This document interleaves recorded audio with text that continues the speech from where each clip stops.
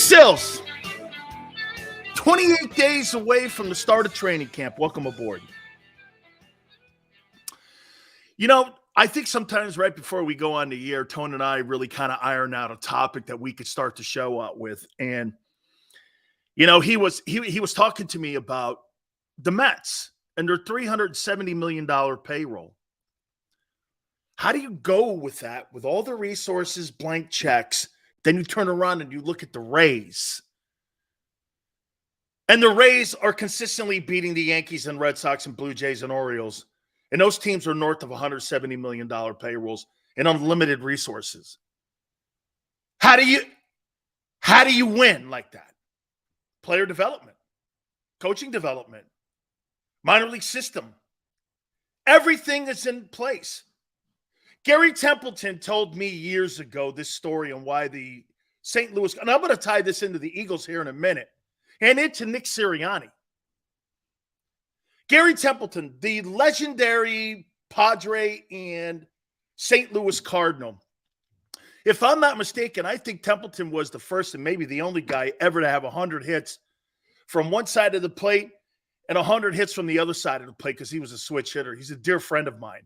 Got traded for Ozzie Smith.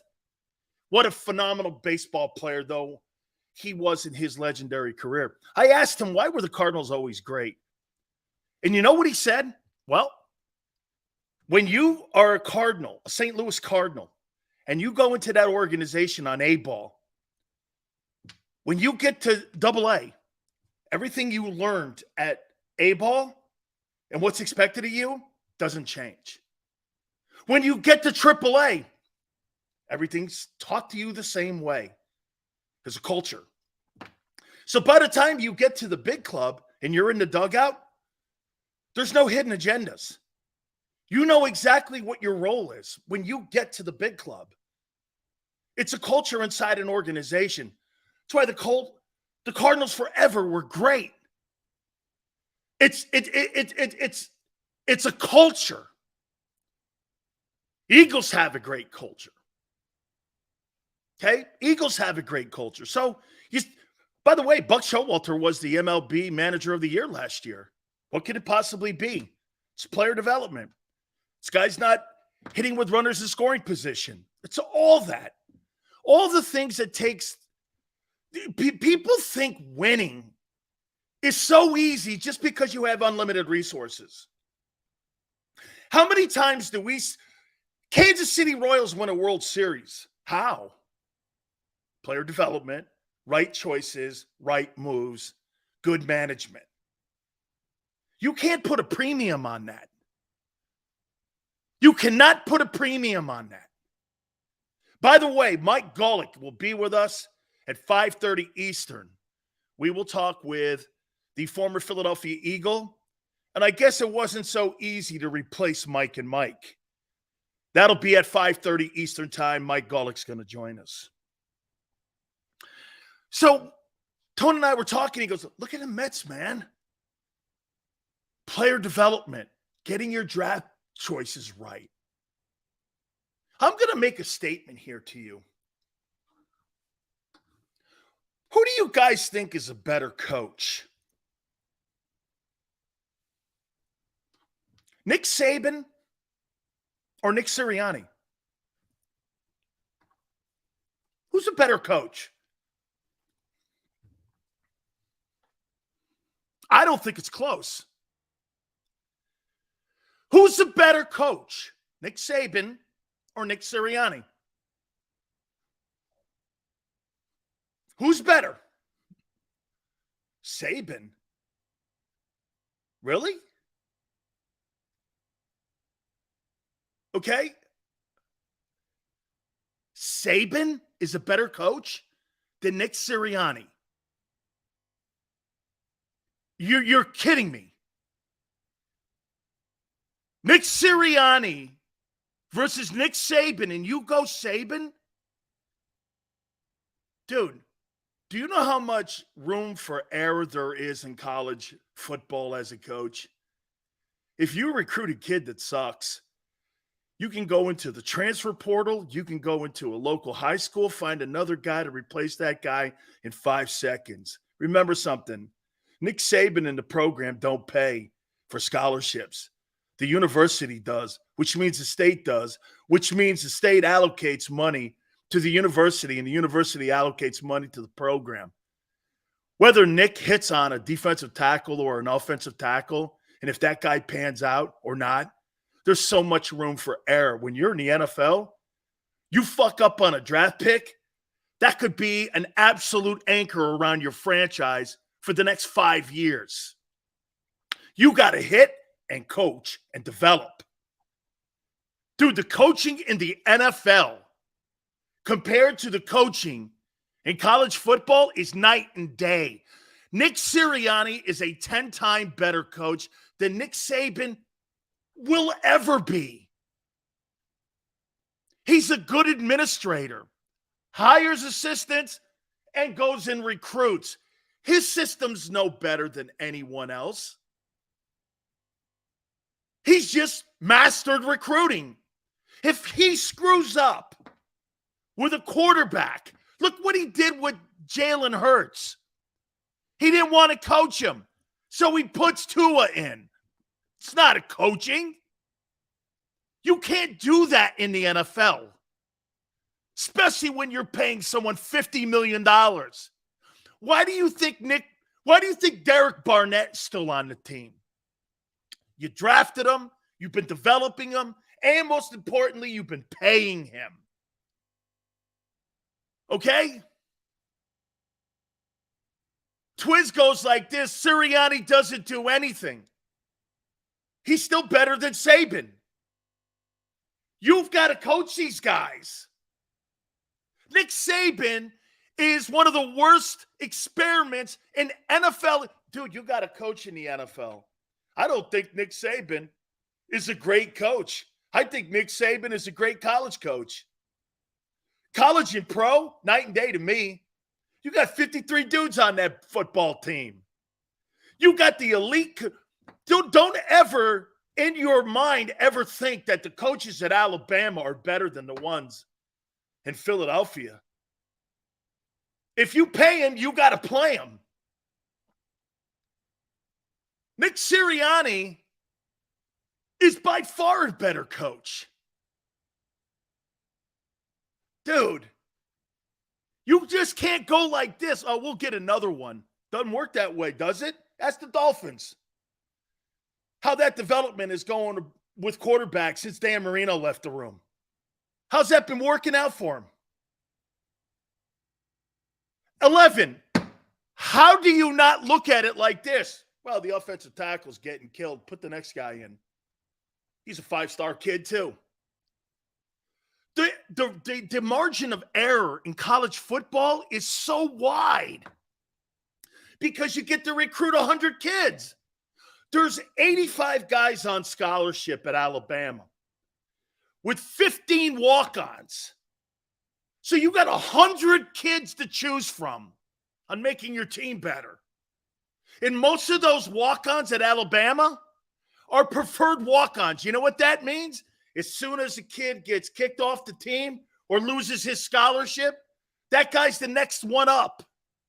Some kids actually go to Alabama instead of, say, going to UConn or going to San Diego State so that they can play in a bigger place and get better coaching.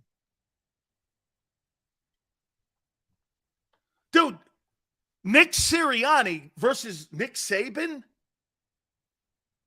If you fail at the quarterback position in the NFL, it's you. Hey, am I right?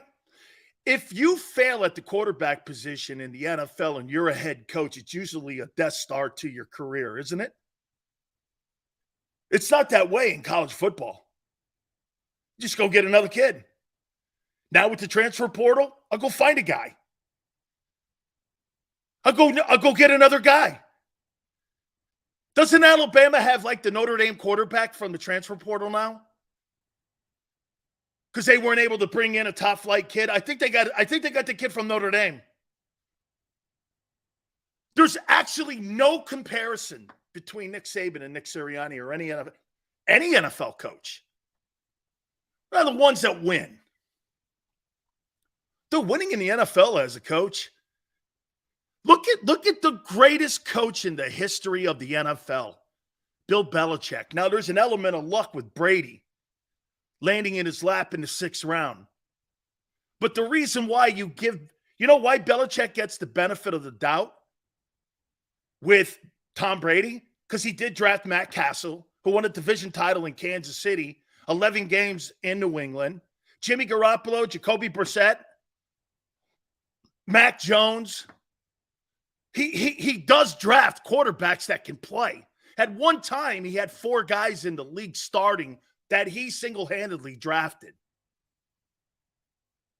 Dude, guys like, what made Shula so great was that he went from a run offense with the Greasy era to the passing era with Marino, because what did he do? He coached his personnel. Coaches in college can't do it. That's why when Nick got to the NFL, he saw his margin of error wasn't there, and he knew he couldn't do it. He would never have succeeded. Plus, look at the mistake he made. The biggest NFL mistake that Nick Saban ever made, he went with Dante Culpepper. Not that he was wrong, but look at the margin of error you have. You took the healthier guy between him and Breeze. Nobody in their right mind would have said he was wrong at the time. Nobody. Everyone said Culpepper was the guy. Not Breeze. He was coming off of an injured arm or shoulder when he was in San Diego. Look at that decision. You have no margin of error in the NFL. Look at what they did to Josh Allen in Buffalo. I've brought this up numerous times to you. You can't compare stats from different eras. You can't. Because there were different philosophies in the 70s, 80s, and 90s to where we are today. He's getting the better coaching because he's at the NFL level. Josh Allen now makes $40 million. Remember when he came out of Wyoming? People were going, well, he's a project. How about look at Lamar Jackson, the coaching he's gotten from John Harbaugh. John Harbaugh is a Hall of Fame. Dude, if Mike Tomlin is a Hall of Fame coach, John Harbaugh is too. John Harbaugh is the white boy version of Mike Tomlin. They're the same guy. They're the same guy. Consecutive winning. Players want to play for both guys. It's enjoyable to watch them coach. Dude, I love both those guys. Probably Tomlin more. Because Mike Tomlin will put your ass on blast no matter who you are. If your name is Roethlisberger or Hamburger. Okay? Quan, I don't give a shit what you think when it comes to this. Okay? Whatever. Coaching in the NFL is superior to coaching in college football. What coaching do you think you have when you get 5 or 15 5-star kids on your team? You're going to nail one of them, 3 of them. You don't have that luxury in the NFL because you're in a salary cap. And you only have 53 guys on a roster, 47 active. You imagine Nick Saban going into a football game with only 47 guys? Sorry, guys. That record he has is not happening. That's not happening. Okay? Hey, by the way, when I say Sirianni, college coaching to pro coaching, you guys don't really believe that those guys are in the same room with those men, do you? Holy cow. The NFL coaches compared to college coaching, it's night and day. It's not close. There's no college coach where you go, well, that guy could be a superstar. Do you know how few it is that have gone into the NFL level? Shit, you guys experienced it. Let me ask you guys this. How was that experience with Chip Kelly in Philly? How was that experience in Philly with Chip? How'd that go? You guys can tell me. How was that? How was that experience with your college boy? Chip Kelly came in from Oregon, right? Gave him total reins. How was that experiment? How'd that go? How did he deal with personnel? Remember what I said. You can't miss on draft picks, and you don't have a lot of margin of error. How'd it go? How'd that thing go?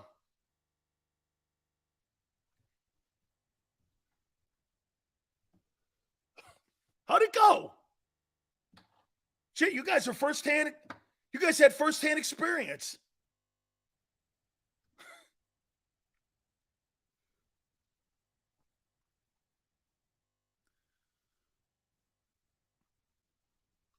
Yeah, JM. Jimmy Johnson's in the Pro Football Hall of Fame. End of story. End of story. And JM, you don't judge a coach's career by 4 years of what he did over his 9 years. Lombardi coached 9 years too. Okay?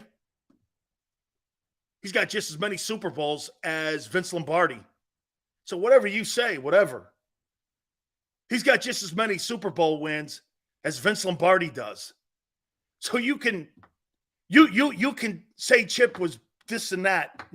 Chip Kelly, Jimmy Johnson, who won national titles at both levels and drafted numerous Hall of Famers. Really? Wow. Jimmy Johnson and Chip Kelly, according to JM. Oh, okay. I'm judging Saban. Jimmy never failed. He never had a losing record in the NFL, and he actually had a winning record in Miami. He had a Super Bowl run. Dude, I'm not comparing some dopey Chip Kelly to Jimmy Johnson. Holy shit. You took me down a rabbit hole that's just completely over the top dumb. I mean, honestly, it's like comparing night and day. Relax. Not even remotely a conversation. Holy cow. Gee, I'm telling you, Nick Sirianni's a better coach than Nick Saban. Nick Saban was a colossal failure in the NFL. Colossal failure. And he could never make it. Same as, who was the guy that was at Florida? Steve Spurrier. Here are the coaches that I think have had success that came from the college level. Paul Brown. He coached first initially at Ohio State. Let's see. Jimmy. Pete Carroll. Who else? What guy came from the college level that had success? At the college level and also at the NFL level. I guess you could go Switzer. Vermeil. Yes, sir. Vermeil turned around UCLA. Yes, he did. Dick Vermeil set up Terry Donahue. At UCLA, came in and had success. Yes, sir. Yes, sir. Dick Vermeil. You know, Dick Vermeil didn't want to leave UCLA. Absolutely. Okay? Absolutely. Jim Harbaugh. Jim Harbaugh got the Niners to the Super Bowl, won an NFC title, and now he's put Michigan in a position where they're constantly now in the semifinals. Sure. By the way, I actually would say this to you, that Jim Harbaugh has probably done more for Michigan than anything that Bo Schembechler ever did at ever at Michigan. I think Bo finished second once in his entire time there when he was at Michigan. People are under some sort of notion that Michigan is a national power. They're not. They've won a half of a national title in the last 80 years. And what Harbaugh has done up there has been remarkable because of the requirements and the grade point average that you have to keep when you're up there. So Jim's done a fabulous job up there.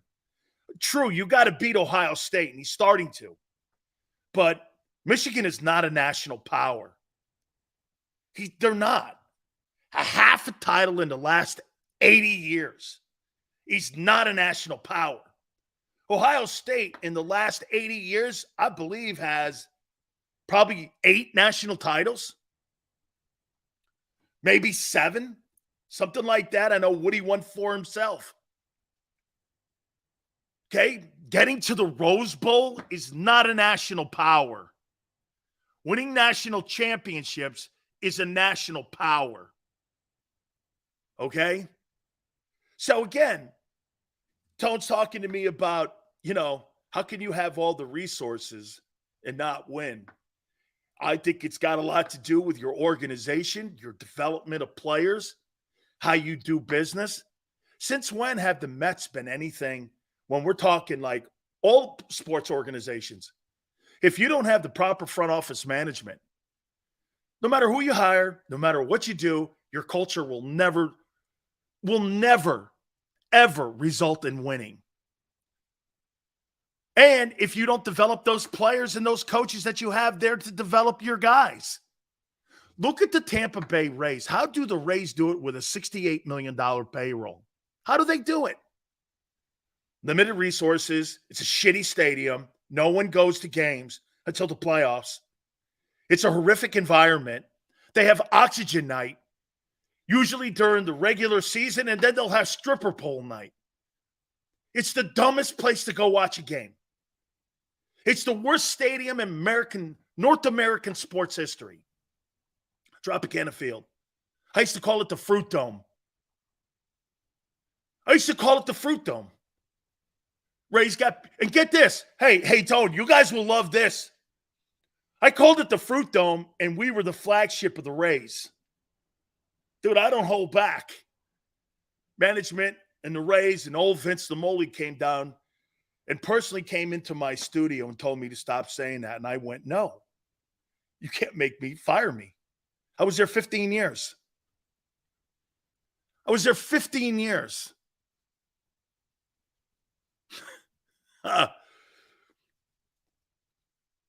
Saban had a better start with less talent than Jimmy did. It's right, JM, because Jimmy went 1-15. That's right. Okay? Jimmy was 1-15. You're right. I forgot. Jimmy was 1-15. 3 years later, he's pounding the Eagles and winning Super Bowls. Yeah, I forgot that. Thanks for reminding me. Of course, you're talking half the story. That's what you do, man. You talk half the story. That's what most of you do. Boy, do I have a story for you. So, looks like a general manager's took a shit on all the Eagle fans, huh? So Howie Roseman took a shit on all you, huh? You don't see a lot of people in Philly bringing this up because you know why? They don't want the press passes and their key fobs taken from them. Looks like he took a shit on you. Got to read this. How do you feel about your GM taking a shit on the fan base?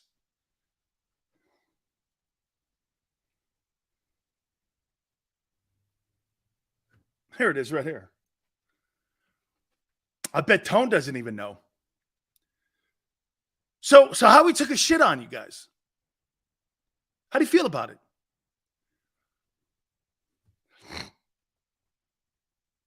You guys just want to bring up something. Dan, all hostile today? No, man. I'm having a good day. No, Steve, I'm good. I asked you how you feel. Well, I asked you how you feel about Howie Roseman, the general manager of the Eagles, shitting on the fan base and throwing it back in your face. How do you feel about it? Tone, do you know what I'm talking about? Actually, what I love about this is because now I know for sure he watches the show. And he just validated my entire. Oh, look at Tone. Nah, what happened? God, what's next? Quan goes, what the fuck are you talking about? Thank you, Dee Dee.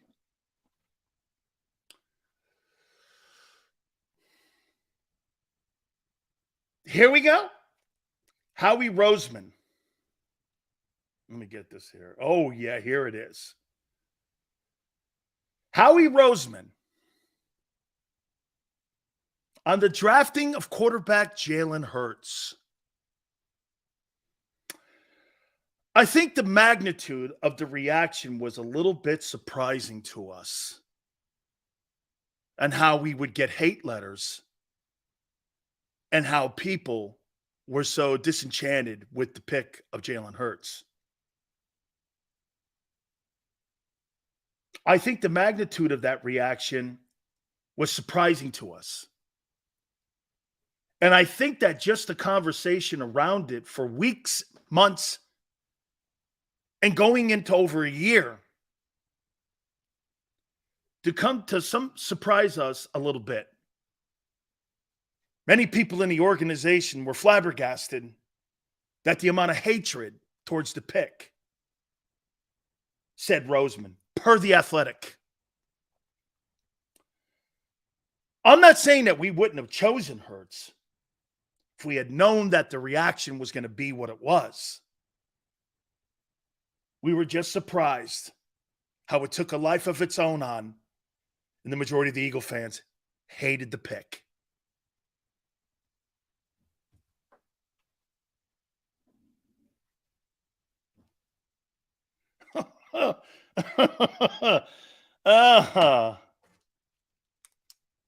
Took a shot at you.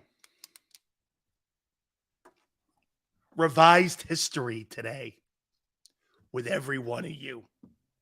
Revised history. Revised history. Now you love your boy? Holy cow. He basically called you flip-floppers. He basically said you flip-flopped on your stance on Hurts when he was drafted. I didn't bring this up. This ain't old news. This just happened in The Athletic. He took a shot at a fan base because you didn't believe in the process.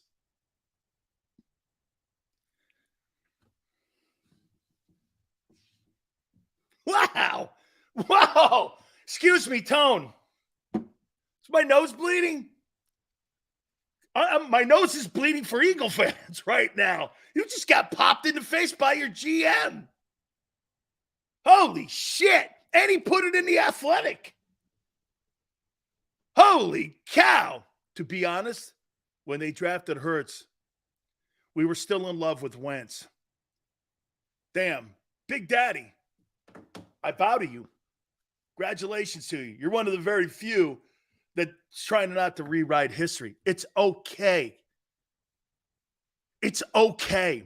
Howie's just a narcissist who's been gambling on picks for years in hopes of fun. That's also a pretty damn good take. Hey, JM, that's also a pretty good take. Okay, listen. All I'm saying is nobody writes letters anymore. He was in The Athletic. No, this is when they drafted him. Okay, excuse me. Thank you very much for updating my delivery emails. Okay. That's it. What's a take? That's not a take.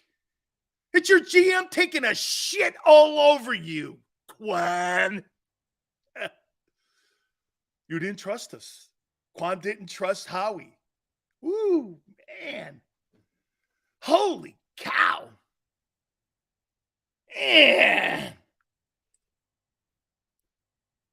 Blasting Birds fans for drafting Hurts.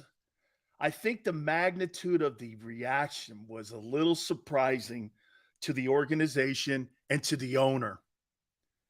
And I think that just the conversation around it for weeks and months and almost over a year kind of surprised us and everyone in the organization. Howie said, per The Athletic, I'm not saying that we would not have chosen Hurts if we had known that the fans, I admit, Fly, that's okay, but Fly, it's okay.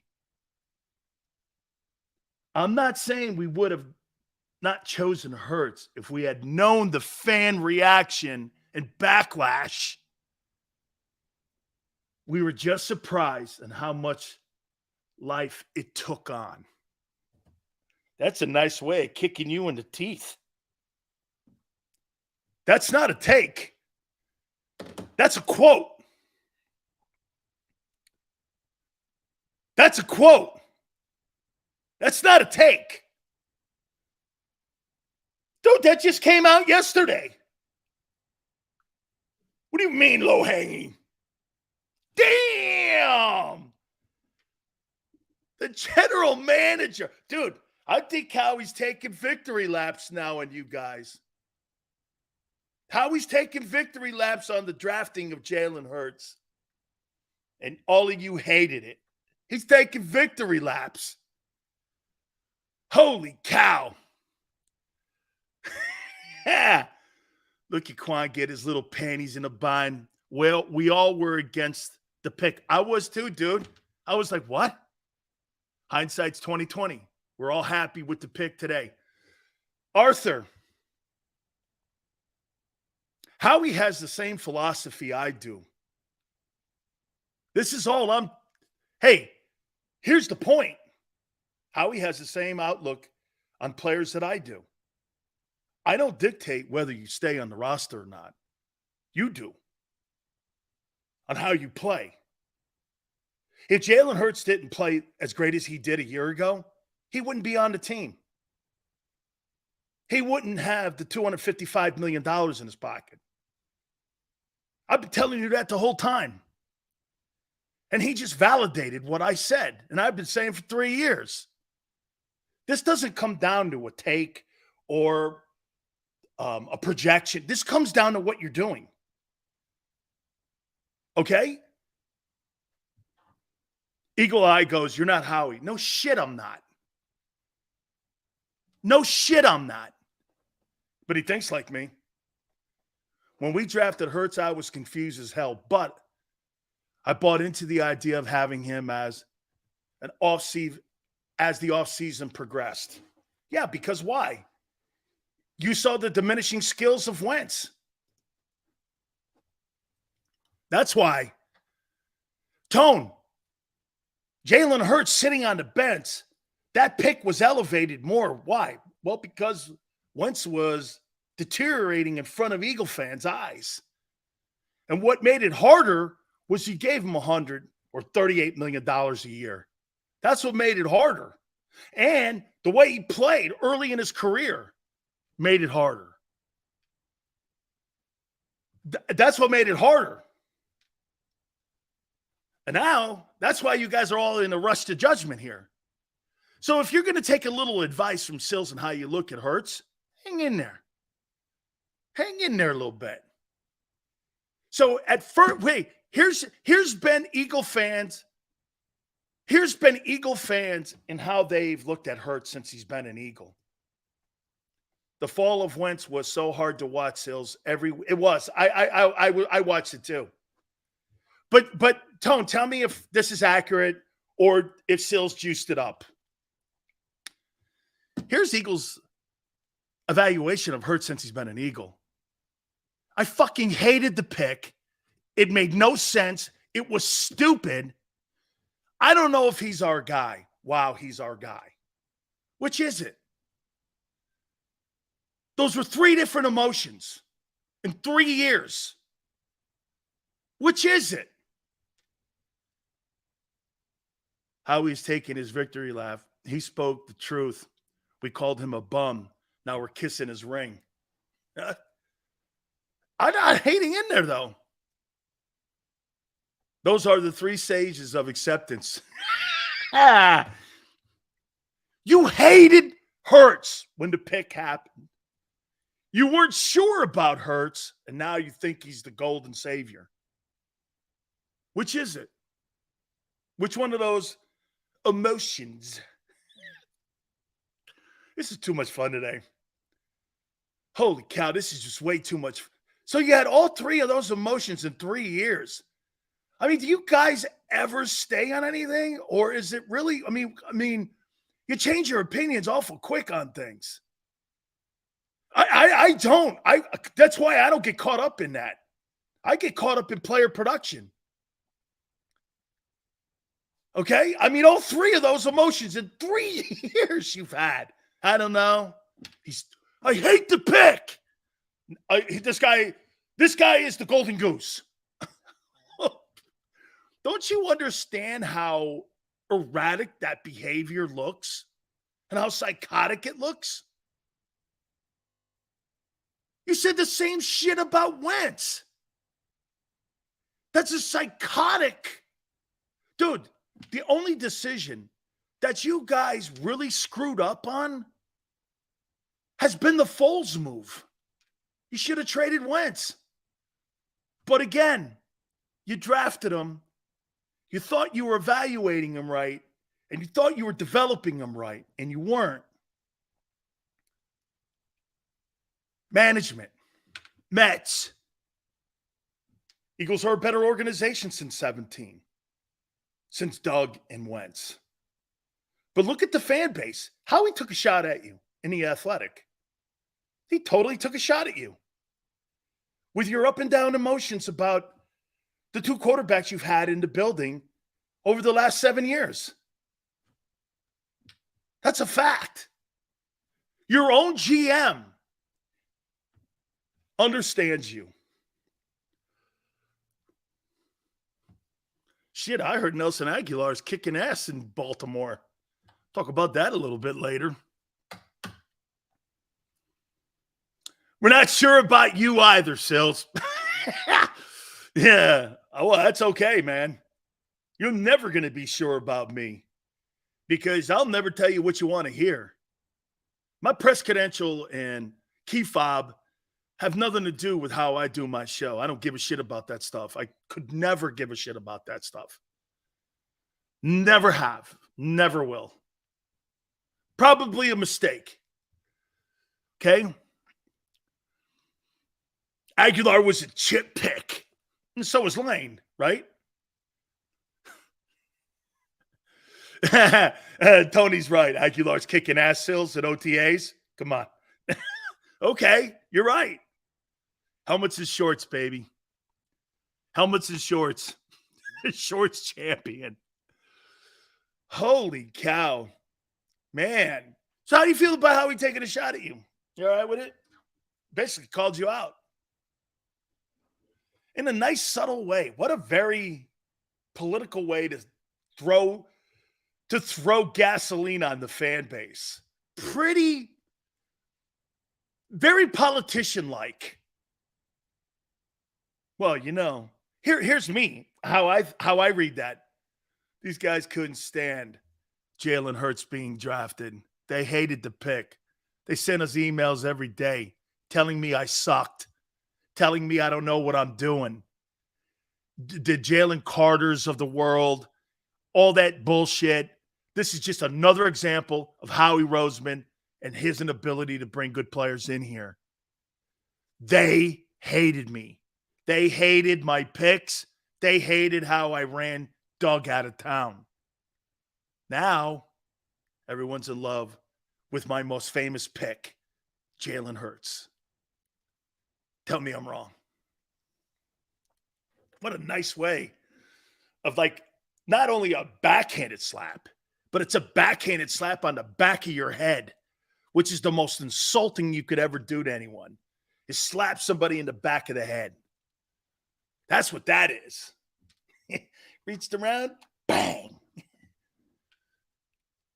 Welcome to Howie's world or Howie Vision. How you doing? No? Or is that too? Wait a minute. Wait, hey, Tone, am I being too harsh? Look at Merritt. You're wrong. What am I wrong about? What am I wrong about? Merritt, do I have to read the quote again?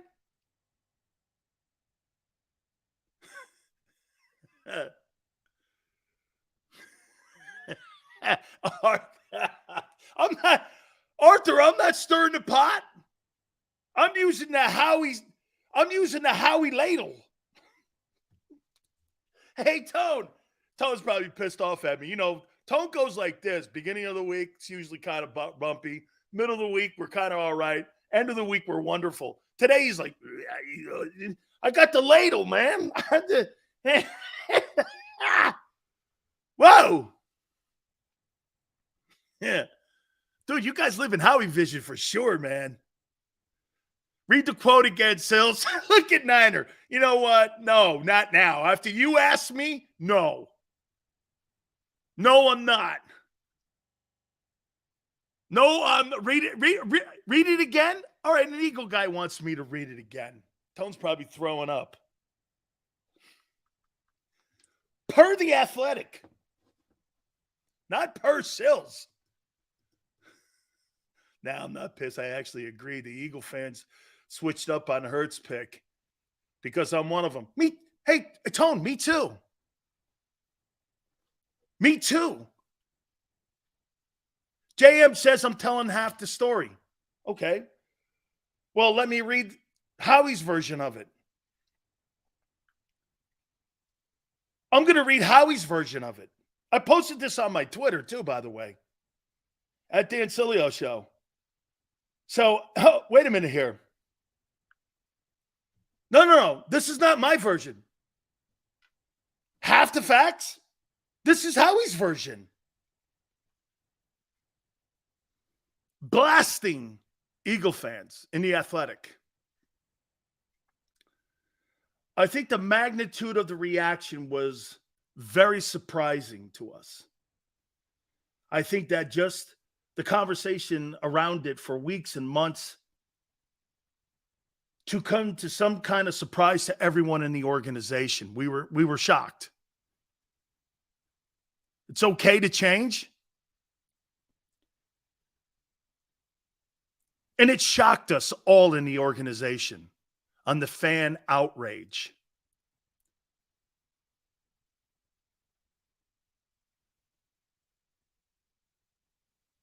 I'm not saying we would not have chosen Hurts if we had known the backlash and outrage by the Eagle fans.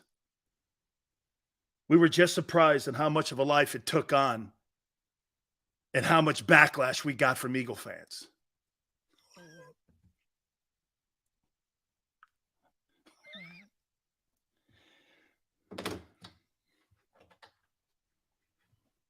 That's not my take. Yeah. It's a nothing burger. Oh, so when you call me and say me, Seals is changing his tune on Hurts. He says the entire Eagle fan base changed its tune.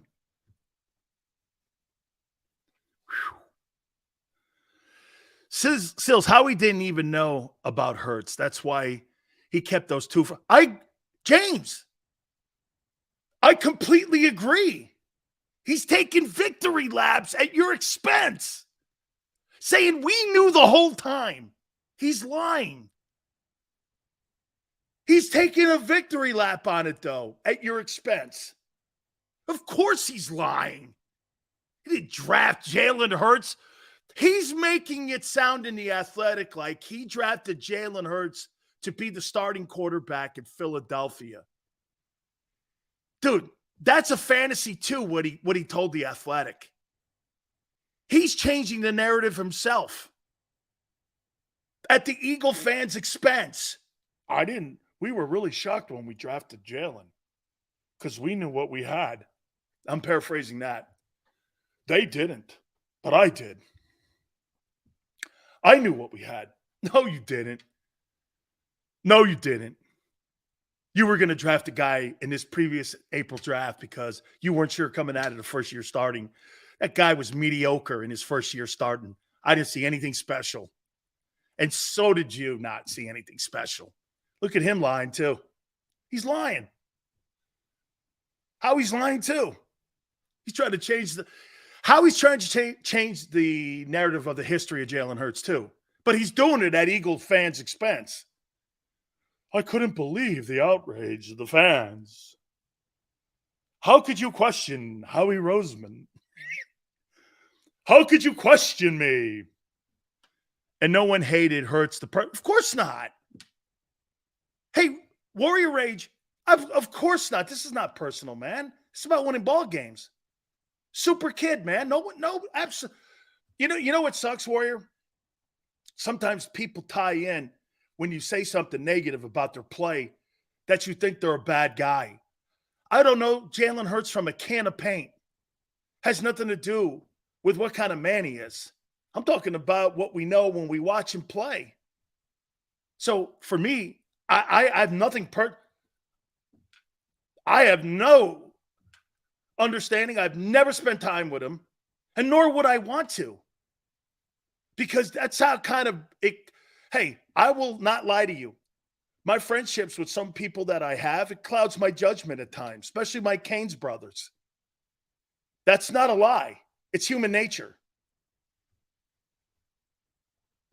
Me personally, I was not happy with the Jalen Hurts pick because they just played Carson. They could have gotten more weapons. Now, with what's going on, Wentz and the fact he left, I'm fine with it. Cody, perfect. There's nothing wrong with that. There's nothing wrong with that. But when people, especially in the media, lie to you and tell you that they were fans of it, it's a lie. They were Chiefs fans, so sure Mahomes, when they moved up 15 spots. No. That's been my point the whole time. Jalen Hurts was not brought in to Philadelphia to be a starting quarterback. There was never that notion. How he's lying. He's lying. Now, you know what? I'll take that back because he never said any of that he was brought in to be a starter. But at the innuendo is that he knew he would be. That's a lie. Because his actions don't follow that. Because they gave Wentz the extension. Are we supposed to turn on? No. You're supposed to be tempered on what he says. No, Nate, Jeremiah, no. Just be tempered on how sometimes, let's be factual in the process of Jalen Hurts here. Jalen Hurts has done this himself in elevating his. I'll say this to you. Jalen Hurts has started this process to get where he is right now in Norman, Oklahoma. Actually, I'll take that back. Sitting on the bench at Alabama, I believe started the process of where he is today. Humbled again having to leave, humbled again in the second round, humbled again that he's a backup, and all of that played into where he is today.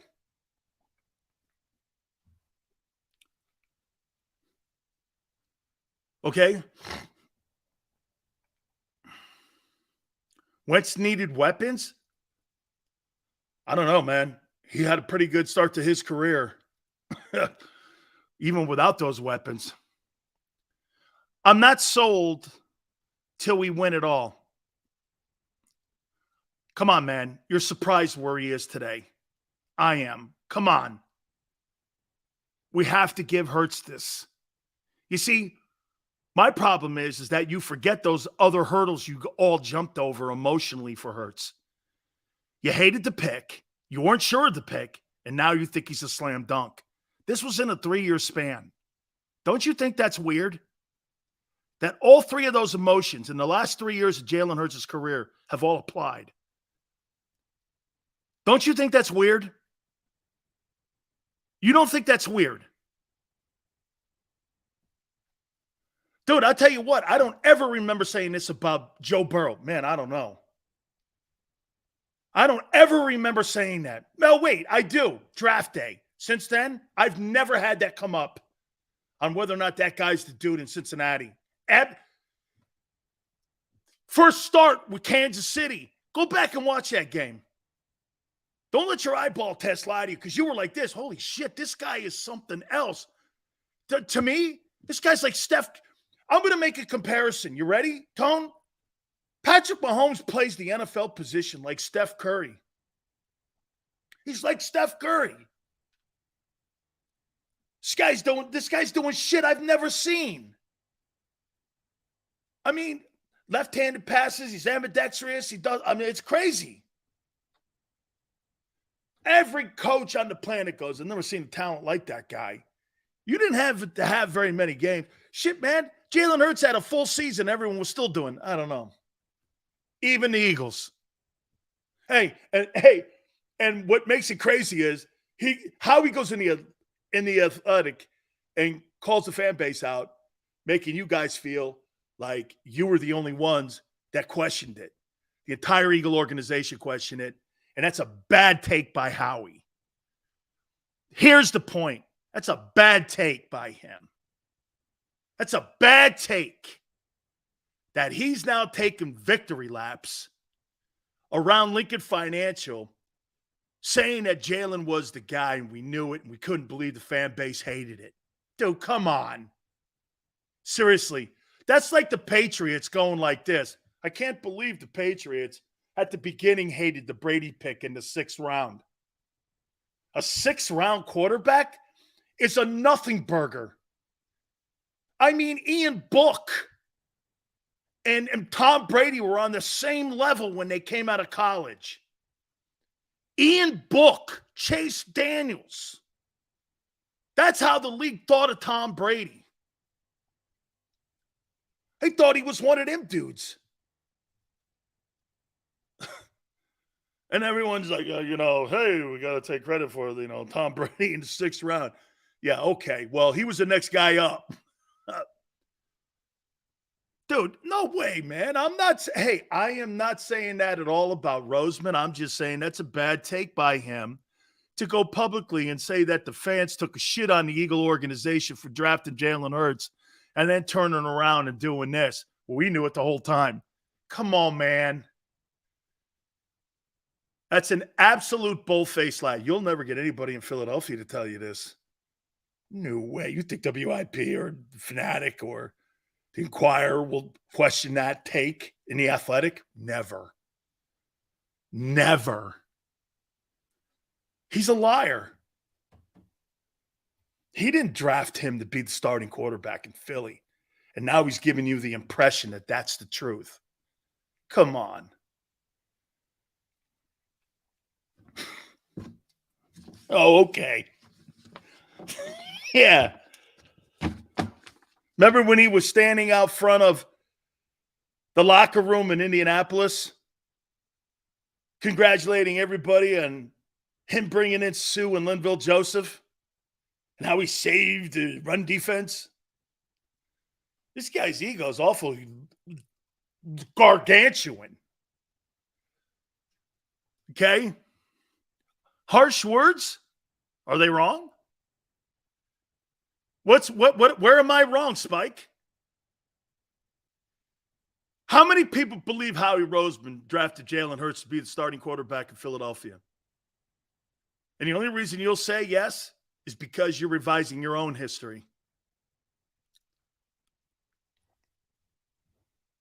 All I'm telling you, always keep an eye on, dude, don't change the path. Because the story of Jalen Hurts is going to write itself.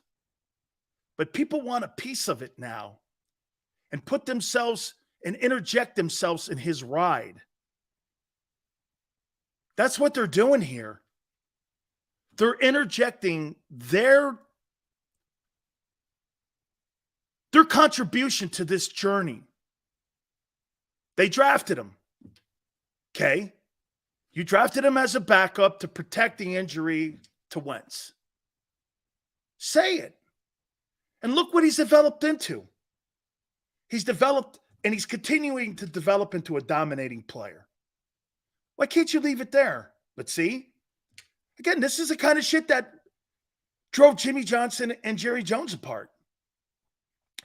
Dude, Eco drove Doug Peterson and Howie and Jeffrey Lurie apart.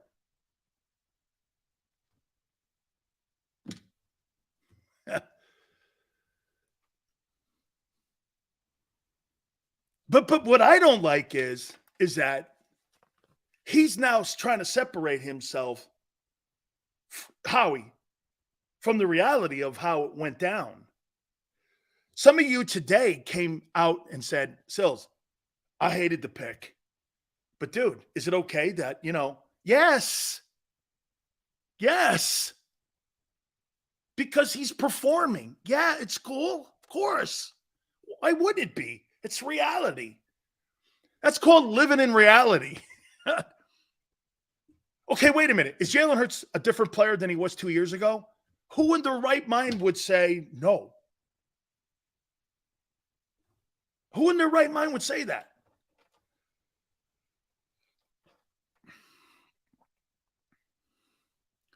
Fly Eagle Fly goes, I think it's an incredible testament to what Hurts has done to improve his game. Absolutely true.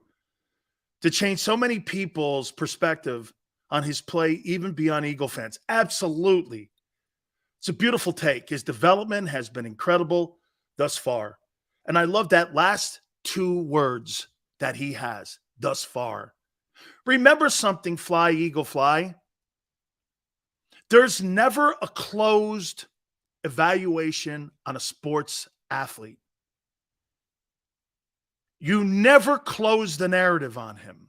Or, excuse me, you never close the story on it. Thus far is how you should end with every athlete. Watch this. Zion Williamson is a dominating player, but thus far, he's been out more than he's played.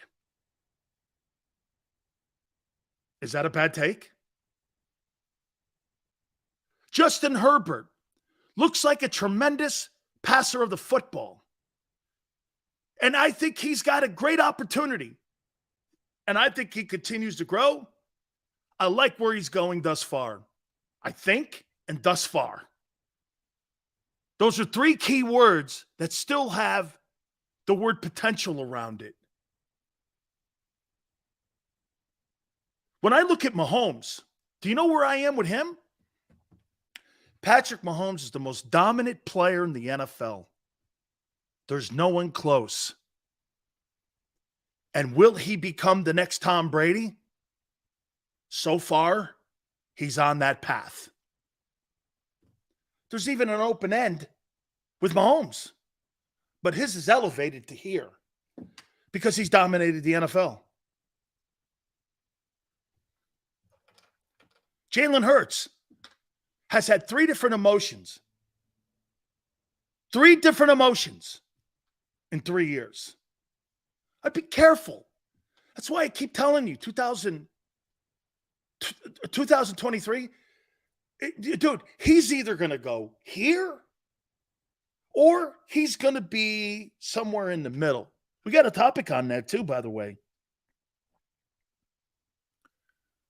And I'll explain here in a minute. I will say this to you about Hurts. Hurts has overcome so many people doubting him, including the Eagles. Look at Nick. Hey, Tone, am I wrong? Nick Saban's changed his narrative on, or is trying to change the narrative on his relationship. Alabama's trying to claim him like he was an Alabama player. He's a Sooner. He's not a Bama player. He's a Sooner. Oh, yeah, we saw the kind of intangibles that he had when he was here at Al. Well, you didn't surely coach it. Nick Saban, for the great coach that you guys think he is, some of you today couldn't get the best out of Jalen Hurts. Nick Sirianni has.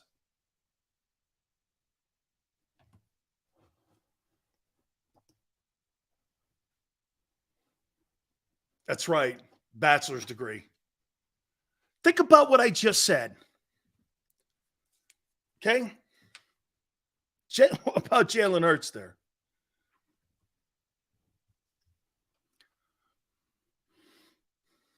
Jalen Hurts, okay? Jalen Hurts, everybody. Nick Sirianni got the best out of Jalen Hurts. Nick Saban Benched him. And now Nick's going around telling everybody how great a guy he is. What a great dude that Jalen is. So you got Howie Roseman and Nick Saban trying to change how they looked at Hurts. Dude, always remember, coaches and GMs lie like rugs. Very rarely do they tell you the truth. Look at what who was that guy? Bill Polian. I had a first round grade on Tom Brady when I was the general manager of the Colts. Then maybe didn't he come out 3 weeks ago or 4 weeks ago saying how he had some sort of phantom meeting with Ryan Leaf, and Ryan Leaf got up from the meeting and he had a bad meeting with him, and Ryan Leaf came out and went, "Hang on here, we never met. I wasn't in Indianapolis. I never met Bill Polian in my life. He lied." Bill Polian is going around trying to tell people that, I had my meeting with him and I made my decision then. Ryan Leaf went like this, was the whole Ryan Leaf and Peyton Manning decision. He goes, "I never met with him and I never spoke to him. I spoke to people in the Colt organization." All these guys want a piece of Jalen now. Even people in his own organization want a piece of him. But what I didn't like was that he threw the fans out there. Fans have a right to change their mind. You pay the bills. Right, Tone? You guys pay the season tickets and those stupid-ass PSL things that the NFL throws at. You have every right to change your mind. You put your money where your mouth is. Every single Sunday, you guys put your money where your mouth is, man. Don't sit there and watch some fantasy about Jalen Hurts, where he is today. You're taking credit for work that Hurts did. Not for anything you did.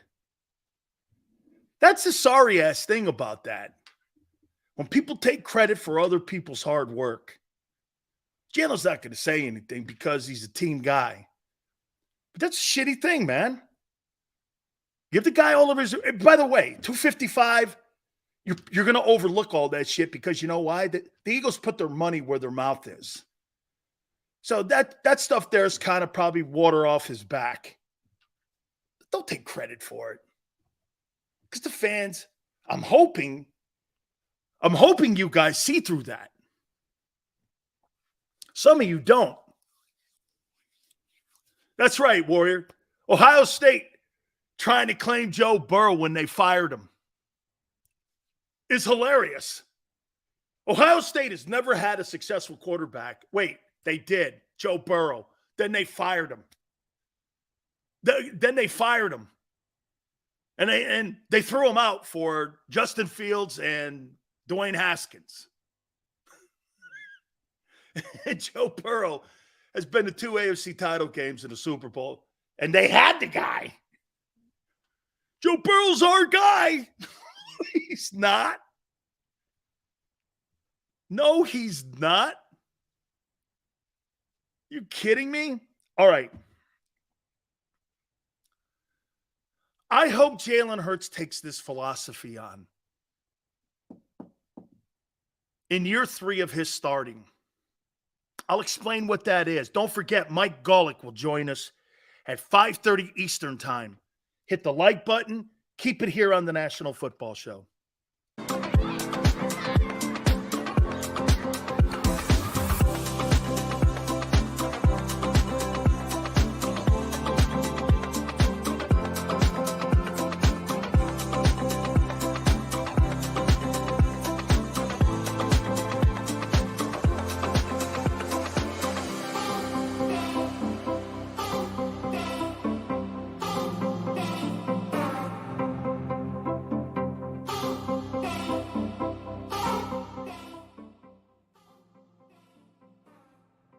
Heading down the shore, have a ball once more. Here, imaginations run wild and time stands still. Because here, you can find the best of the Jersey Shore, all on one 5-mile island. So leave the old you behind and get lost in the woods. Wild, wild, wildwood days.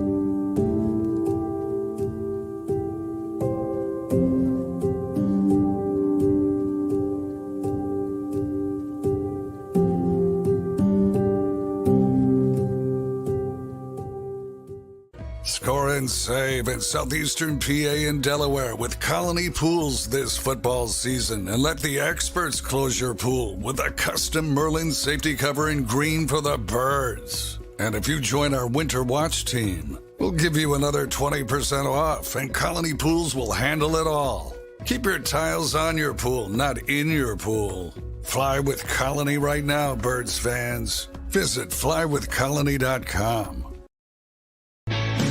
Hi everybody, my name's Jason Lombardi. I'm an inspector at DryTech. At DryTech we offer 3 major services, the first one being basement waterproofing. The second service we offer is foundation and structural repairs. And then the third service that we offer is mold remediation. If you feel you are having a waterproofing issue, give DryTech a call or check us out online.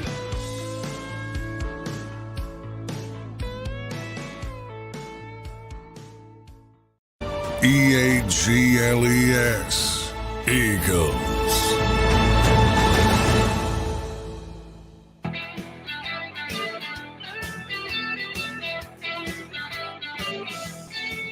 So the Jets have been picked for Hard Knocks.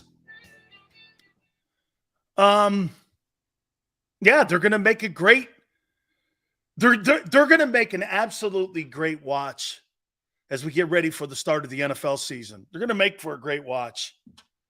I mean, Aaron Rodgers was a keynote speaker at Let's Get Stoned conference somewhere. What was that, a couple days ago?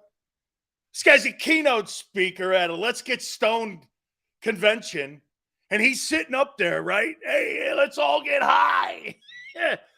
Let's all get psychedelic. Let's get high. He's a keynote speaker at a Let's Get Stoned concert. How you doing, everybody? Let's get high. You don't think that's going to make for great TV with the Jets? Holy. Okay, hey, man. Yeah, man, I think psychedelics are the best thing on the planet. Shit, when you see a new pope named and that smoke comes out of the roof, you should see my TP.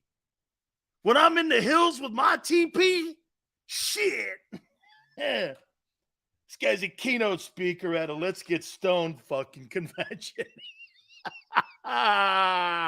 Shit.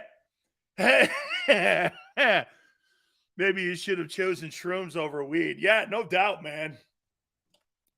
This guy's a keynote speaker at a psychedelic conference. Let's get stoned. Holy cow, man. And you're telling me that's not going to make for good TV. Holy shit. Yeah, man. Yeah, everybody grab their hookah, get their shrooms, cut that shroom up, put that baby in some vodka. What a tool.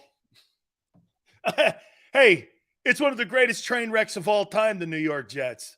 Why wouldn't that be interesting? Just as long as you have Fireman Ed hitting himself in the head. Hey, maybe what's his name could give him some mushrooms. Yeah, I was a keynote speaker. I was there in Humboldt County. You know what we were doing? We were passing out shrooms. Okay. All right, guy, you're the best. Yeah, I'm sure. Hey, Jalen Hurts is working on his game, and this guy's in a shroom field somewhere looking for mushrooms. Who are you putting your money on? The guy that's in a shroom forest looking for psychedelic mushrooms, or a guy who's on a practice field working on his game constantly? Yeah. What a tool. Hey, by the way, where's Niner? Is he in here? Here's some good news for you, man. It looks like your boy Brock Purdy's going to be ready for the start of the regular season. So that's a good thing for the 49ers, that this guy looks like he's going to be ready. Boy, get this, man. Boy, are they throwing all their chips in that hat on Brock Purdy, that he's the guy. Man, I hope this guy – hey, this is what you do with Brock Purdy. Oh, and by the way, don't worry, John Lynch will take victory laps the same way Howie Roseman's taking victory laps on Jalen Hurts now. I knew it the whole time that Brock Purdy was going to be the guy. Yeah, Purdy looks like Niner. Looks like Purdy's going to be He's throwing, hey, Niner. Big Sills has some insight. Remember last year when some of you toolboxes were saying, you don't know he was working out with Tom House? Yale knows this. I was the first to report it, that he was working out with Tom House. You know why? Because Timu Solani told me. Because Tom House, who works with Brady, dines at his restaurant, and Hurts was in there. He says, hey, Hurts and Tom House. I'm like, whoa. Okay. Whoa. Okay. Then all of a sudden, the media in Philly goes, yeah, he started working out. Yeah, of course, you're not going to go. Still said it. Not that lunatic. Hey, Niner, you could have the only quarterback ever to take a team to the Super Bowl making less than $1 million. That's on the table, dude. That's pretty crazy. That's crazy. That's pretty crazy to think. All right. So let's get into the topic here with Jalen Hurts. Don't forget 5:30 Eastern. Mike Golic will join us. Former Bird. Get this over here.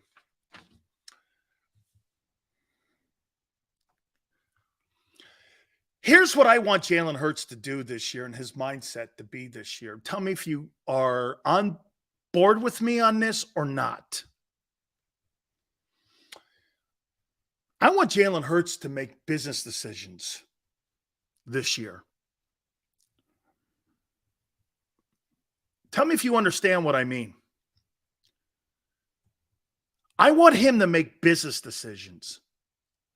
Because the big debate in Philly is, should he stop running?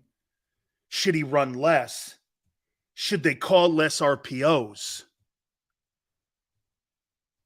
How should they coach him? I think those are all decent topics. No disrespect to anybody who was debating that. Okay? No disrespect. But I think that there's a simple way of going about this with Hurts. Okay? Carolyn goes, use Hurts like Russell Wilson. You know, Carolyn, I never thought in a million years, a year ago, that Jalen Hurts would be in a comparison with Russell Wilson. You're talking Seattle Russell Wilson too, right? Yeah. He's trending there. James Jones goes smarter choices.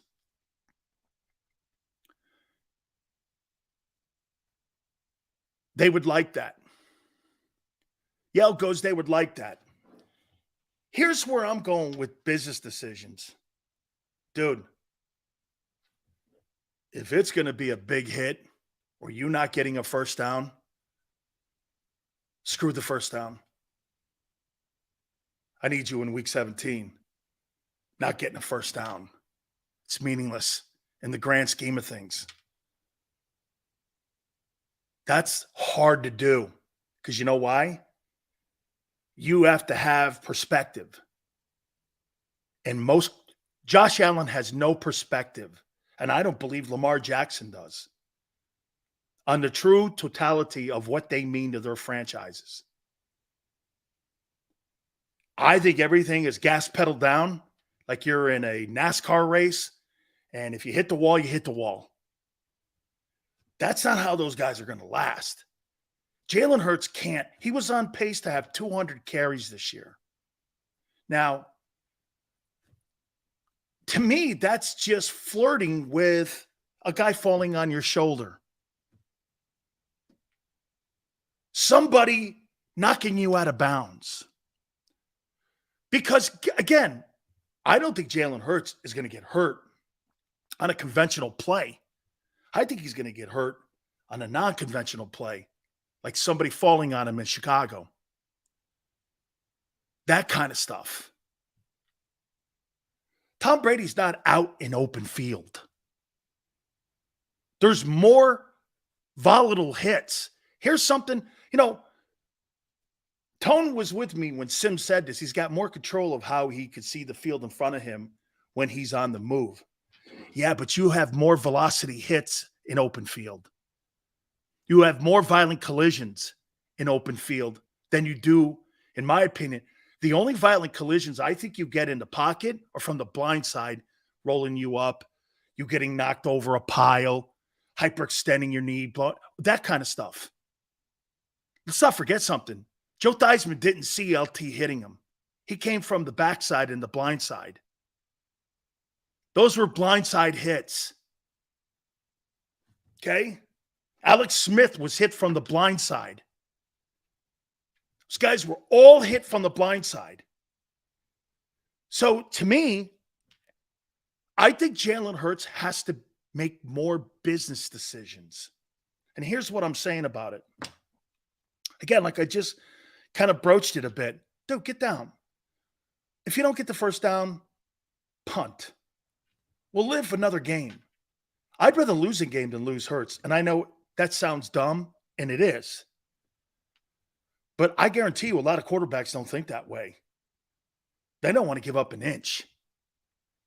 But, dude, if you lose a game, so what? I'm not losing him because of a bad business decision. So you think it's important to beat the Washington Commanders? And then he has a hyperextended knee? That's not a smart play. Well, we got the first down. I don't care. It's a dumb business move. And personally, Jalen Hurts has shown me this. He's smart. And I want to be careful because when you say he's smarter than other quarterbacks, which you don't want to do because there's still a negativity out there on black quarterbacks that they're not smart, which is totally an asinine thought process and always was. So you have to be careful. He's smarter than Cam. He's smarter than Lamar. He's smarter than Josh Allen. He is smarter. I think he sees the perspective of the game better than those guys. What Cam Newton was beat up in the end. That's why his high interception rate took off. Okay? He was beat up. Michael Vick never played a full season. He was beat up. All those guys who run around like that. Shit, man. Even to some extent, Steve Young. And Young sat on the bench forever behind Steve Young or Joe Montana. He left the game because of a concussion. He left the game because he got concussioned. He left. He could have played longer. I think he was the MVP when he retired. Steve Young didn't make good business decisions. His desire to win. See, get this. Your desire to win supersedes business decisions. Because you can't, I've never seen both. If you're making business decisions on your career, some would go like this: you don't really have a desire to be great.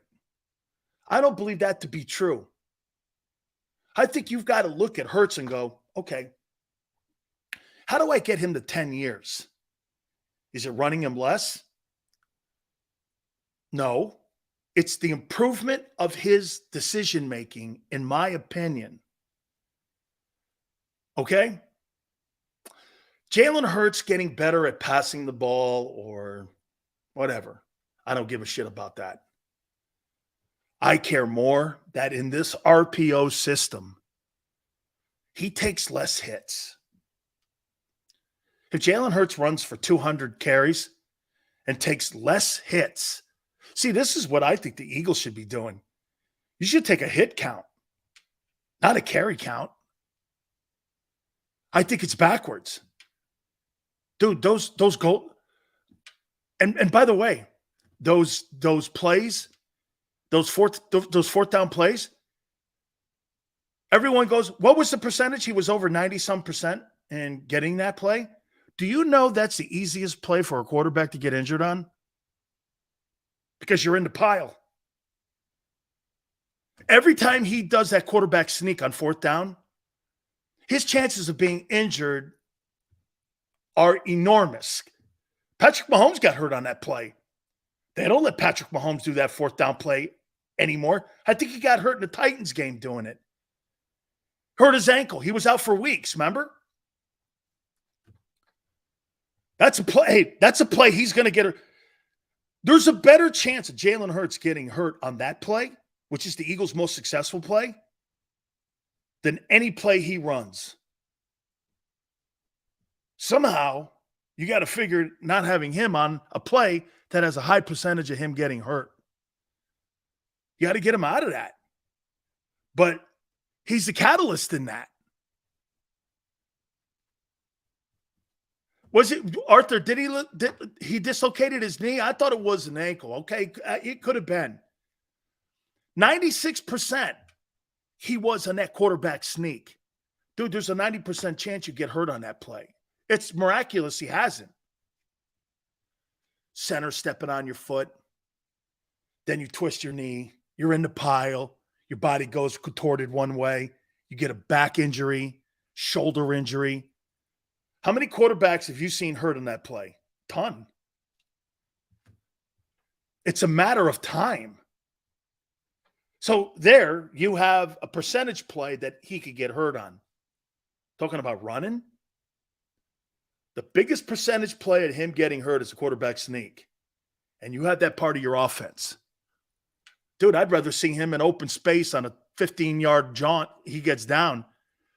If he blows his knee out because his knee goes one way and the turf does something to him, and that's just going to happen anyway. That you're going to get hurt like that. What you don't want is contact injuries.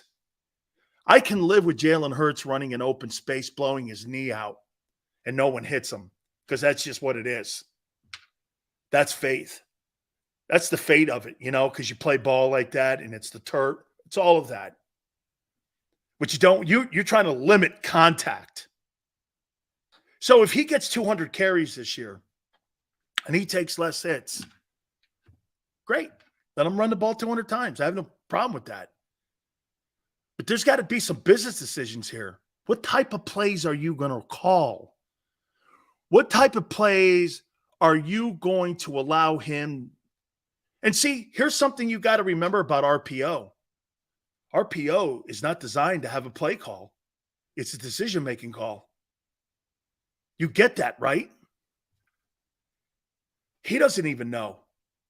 When he snaps the ball on an RPO, on whether to throw it, keep it, or run, he doesn't even know yet because the defense dictates. So what do you think the defensive guys are going to do to Jalen Hurts this year? What do you think the number one thing they're going to try to do to Jalen Hurts? Okay? What do you think they're going to try to do? What's the one thing you think every defensive coordinator is going to try to do to this guy?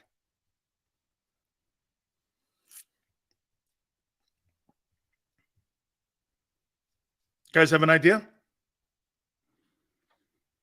You're going to make him run the ball so you can get shots on him. You're going to do everything in your power to wear him out by the end of the year, especially divisional games. You're going to wear him out. And you're going to put him in harm's way as much as you can. That's what I would do. If Jalen Hurts throws a 35-yard touchdown pass, so be it.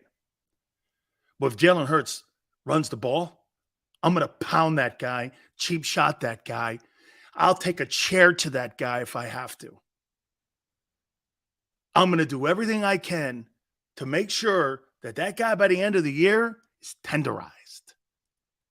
Last 2 years, he was tenderized. That's only going to get more because coordinators are now figuring it out. Got to take the R away in the RPO. Hurts is dynamic in the R of the RPO. It's his best asset in the RPO is the R. And can I tell you what I think the second best one is? His option. His thinking process. I'll tell you, man, Jalen Hurts processes that information as good as anybody I've seen. Quickly. Okay? Quick. Bam. Okay. That's a good point by Quan. Yeah, but how many defenses can do that to this offense? It's a great point. But Quan, if you're limited, I think the Patriots can. Patriots got 2 dynamic pass rushers. They're not too bad in the middle. And I think they can bring those guys coming down on the edge and hit him. Backers aren't bad. I think they're small in the secondary. To me, against New England, I think Jalen Hurts has an opportunity to throw for 350 yards or more. They don't have a secondary guy over 5'10", but they got 2 elite pass rushers. Okay? Swift is an option. How can you have an option with guys that you can't count on? Look, I'm going to tell you one more time, Pickin. I like Swift. When I saw him play in that Detroit opener, I thought he was kind of like a 2.0 version of McCaffrey. Okay? And over the last 3 years, McCaffrey hasn't been healthy. So they're kind of the same guys. McCaffrey's a little more electric. And he's better. But Swift is a really good player. Potential to be a Pro Bowler. Behind that line. Because, again, the one thing that I will say, and maybe I don't say it enough, okay? Oh, they drafted that kid. That's right, Christian Gonzalez. Thank you, Dank. Not true? Well, Dank, the guys they had a year ago, how do you know he's starting, Dank? Yeah, there's a guy on the bench right now that's 6'2". Okay. Dank, he's starting? You're sure of that?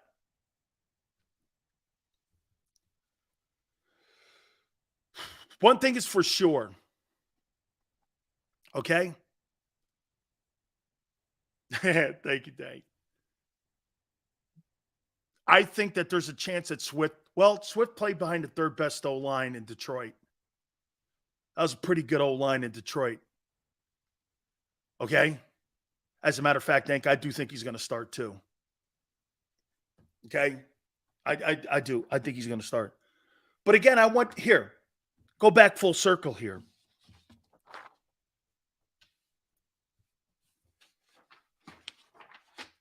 I want Jalen to get smarter and continue to evolve in that process.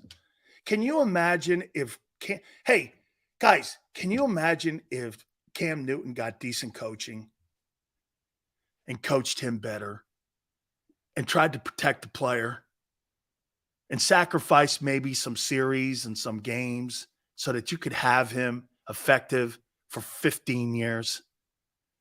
I mean, wouldn't you have thought that that would have been, or did you just look at it with this notion?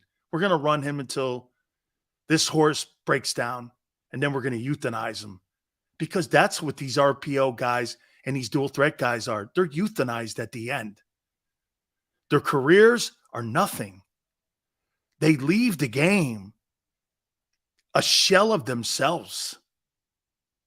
Almost all these RPO guys leave the game not even remotely close to what they look like. Okay?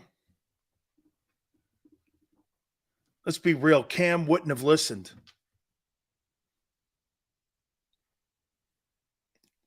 Okay? He's not as well coached. He's not as open to coaching that, say, Jalen is. That's another component to this. I would say this to you, that Jalen Hurts is better. It's better connecting with him.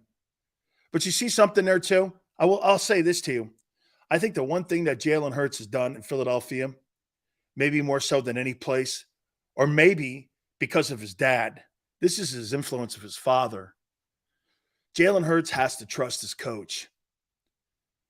Man, you got to trust the coach that he's going to put you in a good position to make sure that he's looking out for you. How many coaches don't put you in a – Nick Saban wasn't looking out for Jalen Hurts at Alabama. Do you think he was?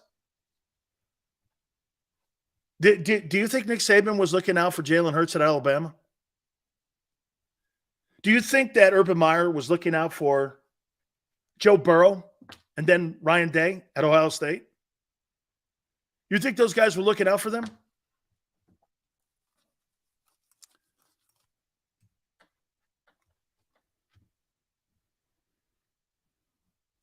Rivera's dramatically overrated? Really? After what he's done in Washington? Train wreck of a scenario in Washington.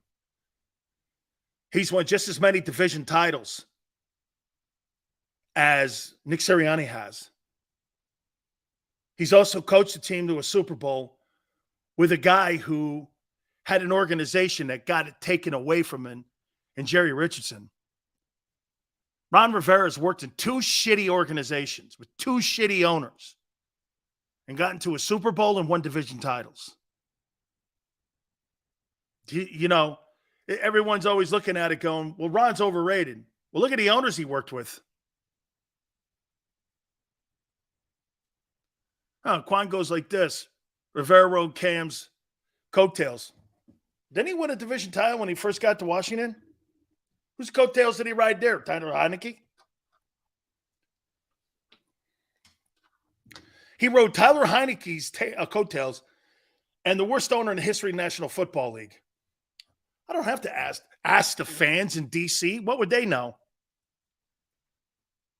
What would the fans in D.C. know about good football? Enlighten me. They haven't seen good football in 35 years. What would they know what good football looks like? Fans in D.C., are there any? That owner ran him out of the building and out of the area and out of being a fan. What fans in D.C. are you talking about?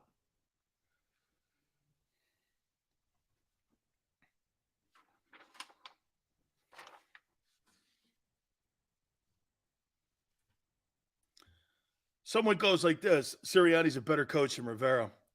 Well, at least Ron didn't have his play calling duties taken from him.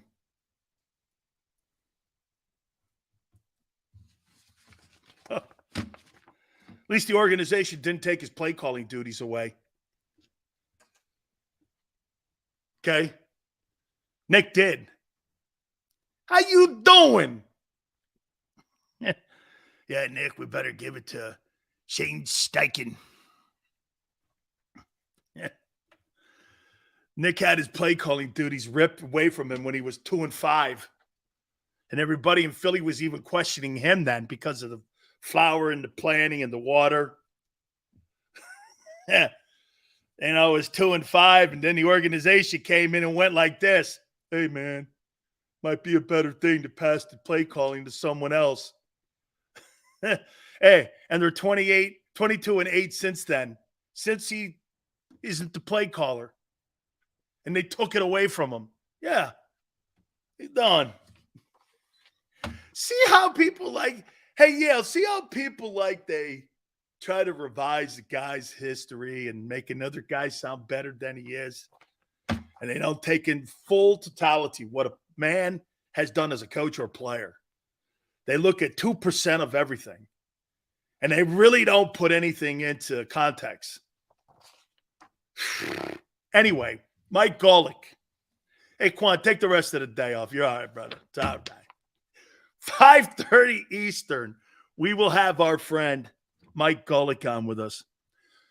Couple takeaways from the NFC East now. So, hey, so to wrap that topic up with Hurts,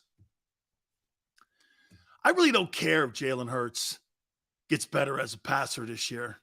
If he plays as well as he did a year ago, but his decision-making leads to him taking less hits, it's a win. Do we not agree that if Jalen Hurts, tell me, if Jalen Hurts plays like he did a year ago, takes less hits, he plays 17 games, he's healthier going into the season or the postseason, and most likely he's going to win a Super Bowl.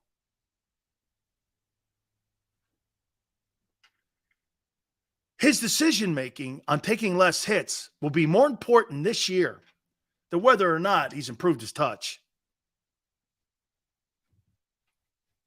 Am I wrong? His decision-making.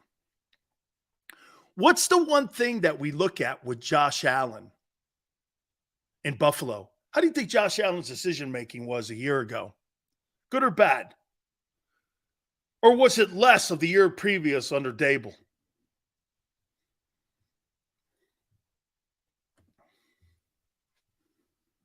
It wasn't that he got any worse as a passer.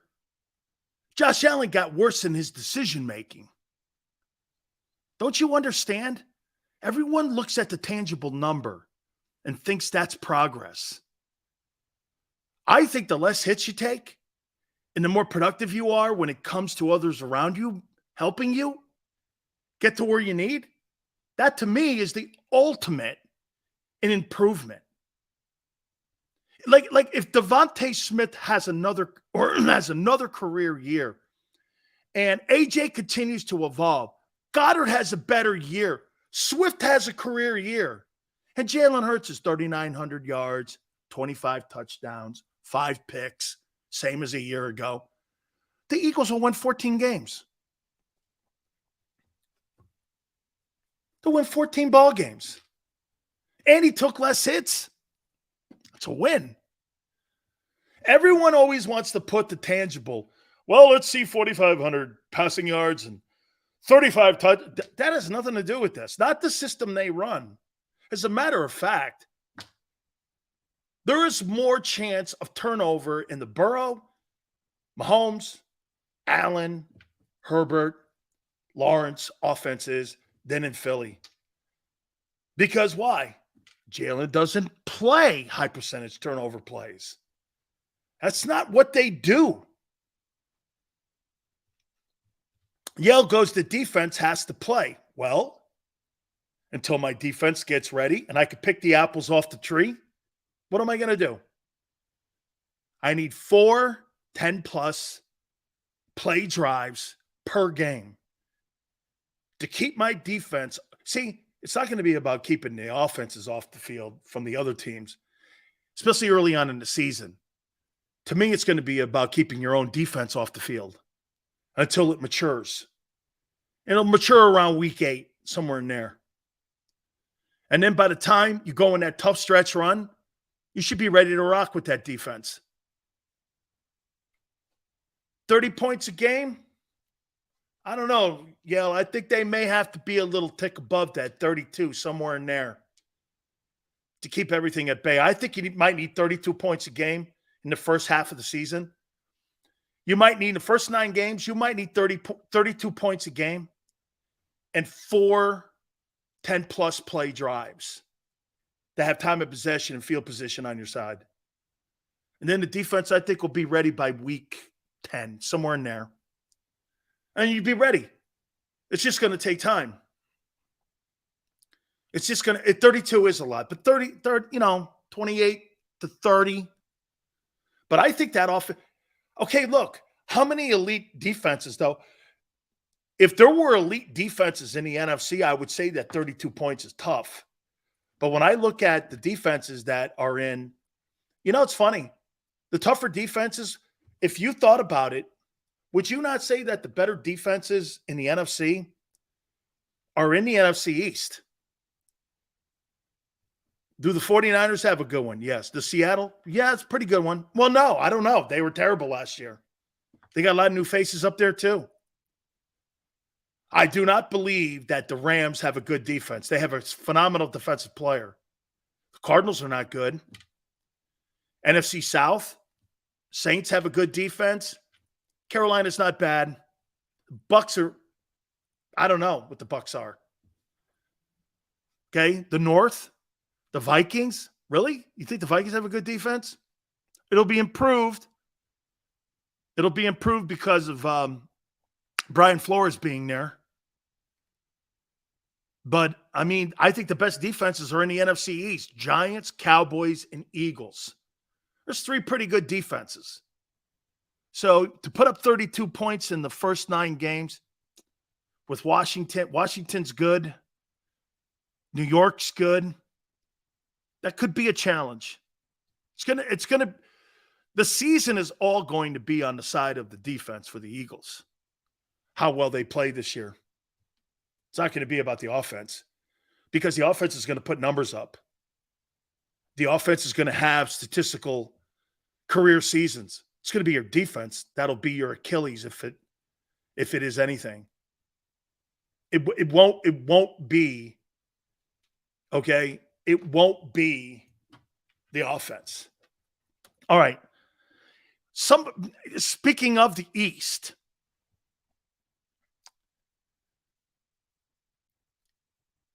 I wrote these things down about the Commanders. And I'm going to do the Commanders last. I think the NFC East has two potential playoff teams outside of Philly. I think the Giants and Cowboys will be in the conversation, okay, for playoffs. We'll do the Commanders here in a minute.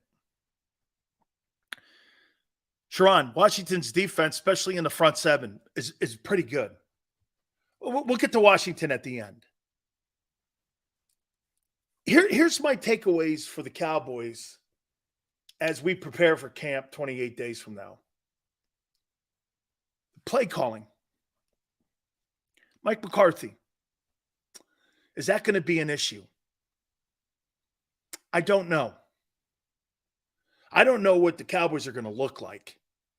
Is he going to improve from last year, Dak Prescott, because McCarthy's his coach? And are the Cowboys blaming Kellen Moore for the picks last year that Dak had? You know, in my entire time covering the Cowboys when Kellen Moore was the OC, I don't ever remember anybody complaining about Kellen Moore being the offensive coordinator in Dallas. But because Dak had all those turnovers a year ago, I think there were 15 of them, all of a sudden, the play calling. And for the record, let's not forget something here. Kellen Moore was not relieved of his duties.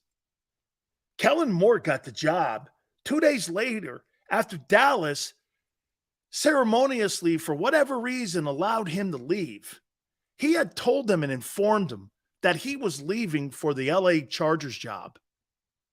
And he was going to be the offensive coordinator, assistant head coach to Brandon Staley. That's a fact. I talked to Tom Telesco about it.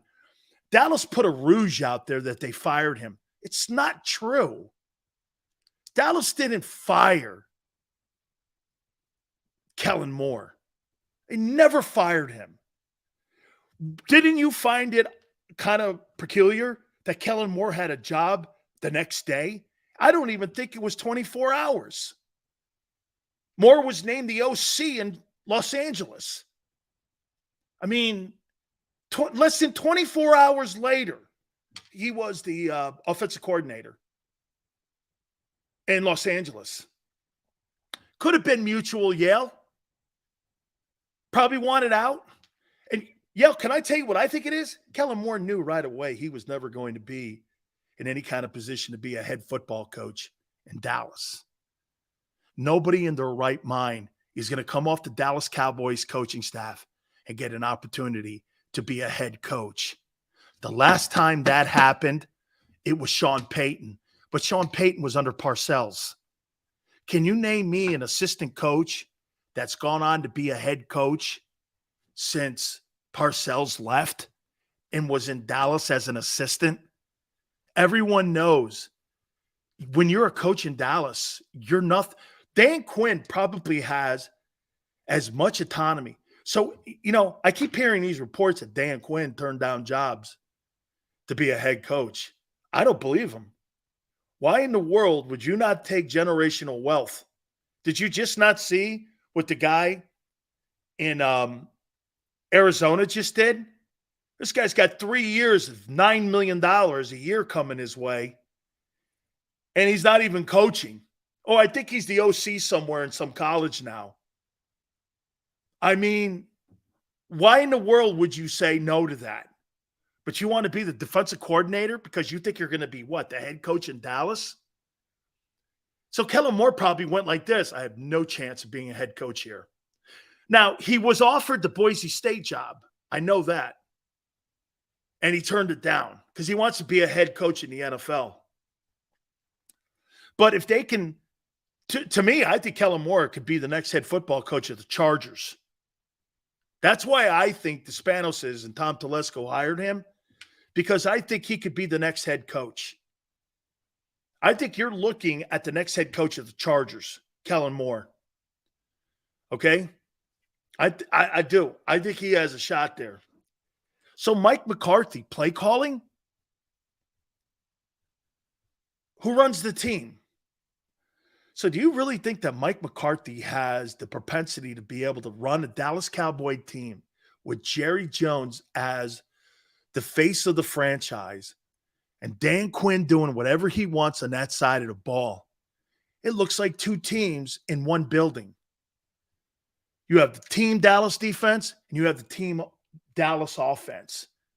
And Jerry's kind of like the referee. That just doesn't seem to make sense. I think Dallas, I think there's too many commanders in the building that want a piece of the team and want a lot of say in the team. And the owner is the one that controls those two guys. You know, there's more issues with who runs the team in Dallas than them even thinking about winning. There's zero clarity. Like if you were a defensive player and you had get this, Yale, if you were a defensive player and you had an issue, anything, would you go to Mike McCarthy or would you go to Dan Quinn? And then Dan, is he going to go to Mike McCarthy? I don't think so. I think he's probably going to go to Jerry. So you've got two head coaches in the building. You don't have one voice. Okay, you got two head coaches in Dallas. You think there's really a chance of winning like that? Let's see it, man. I think you divided the team more, mate. Tell me I'm wrong here. I think you divided the Cowboys more with Mike McCarthy being the play caller than when Mike was just the head coach. Because Mike can kind of oversee everything. Now you got two head coaches. Arthur goes, you got three head coaches if you count Jerry. It's probably a great take. You got three dudes making decisions on one team with the same kind of power. I think I think the Dallas Cowboys, and I think that's why Kellen Moore wanted out. I think it's a terrible coaching situation. Let's go to the Giants.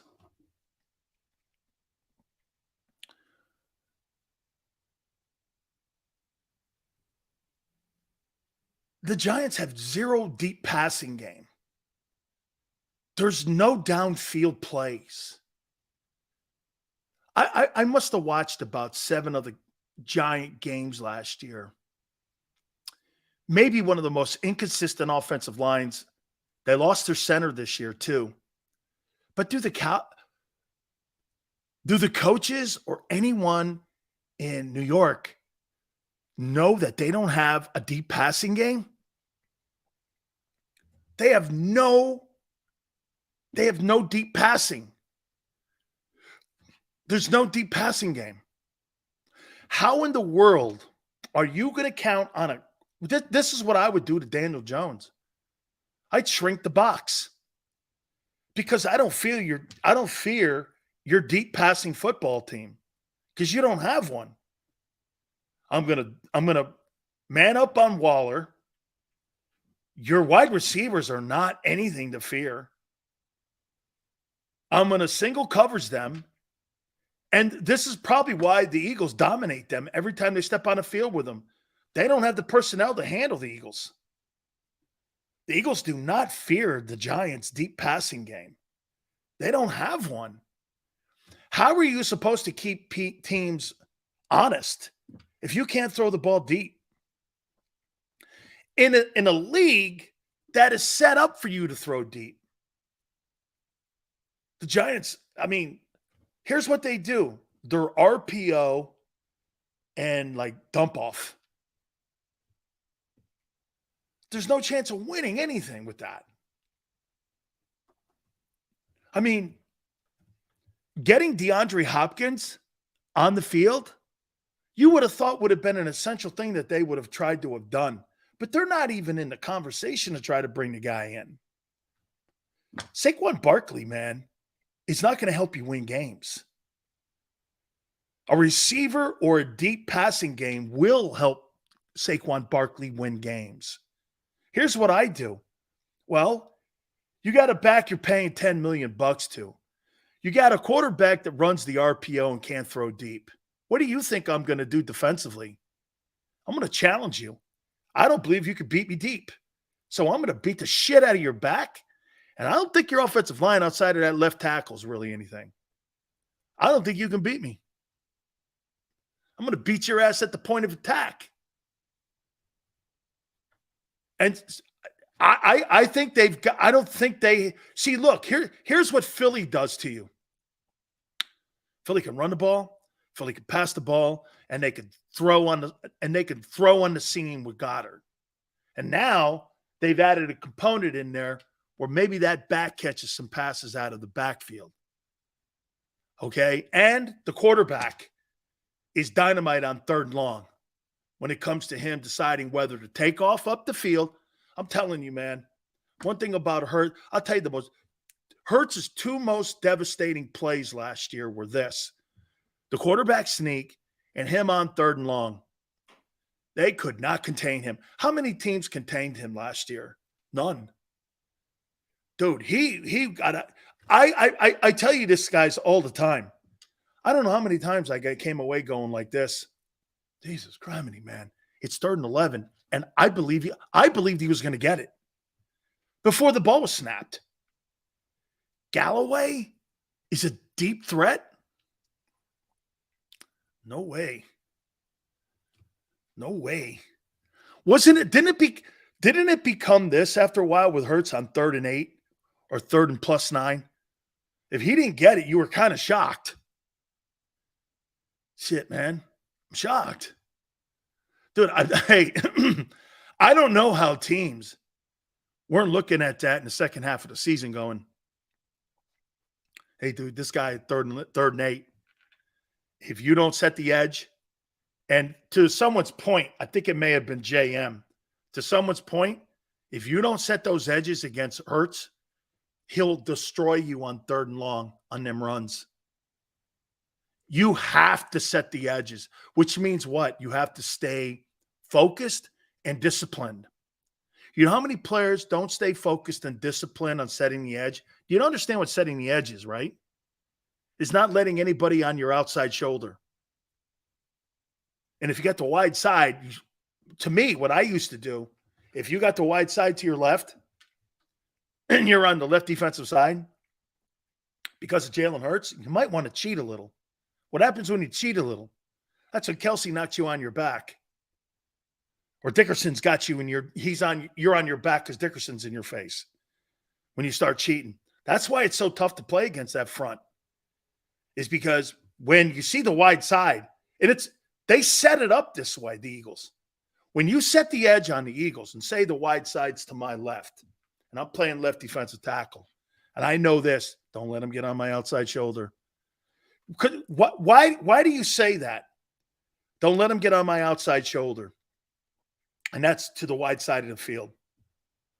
You want everything to run back into pursuit, which is towards the inside of the field.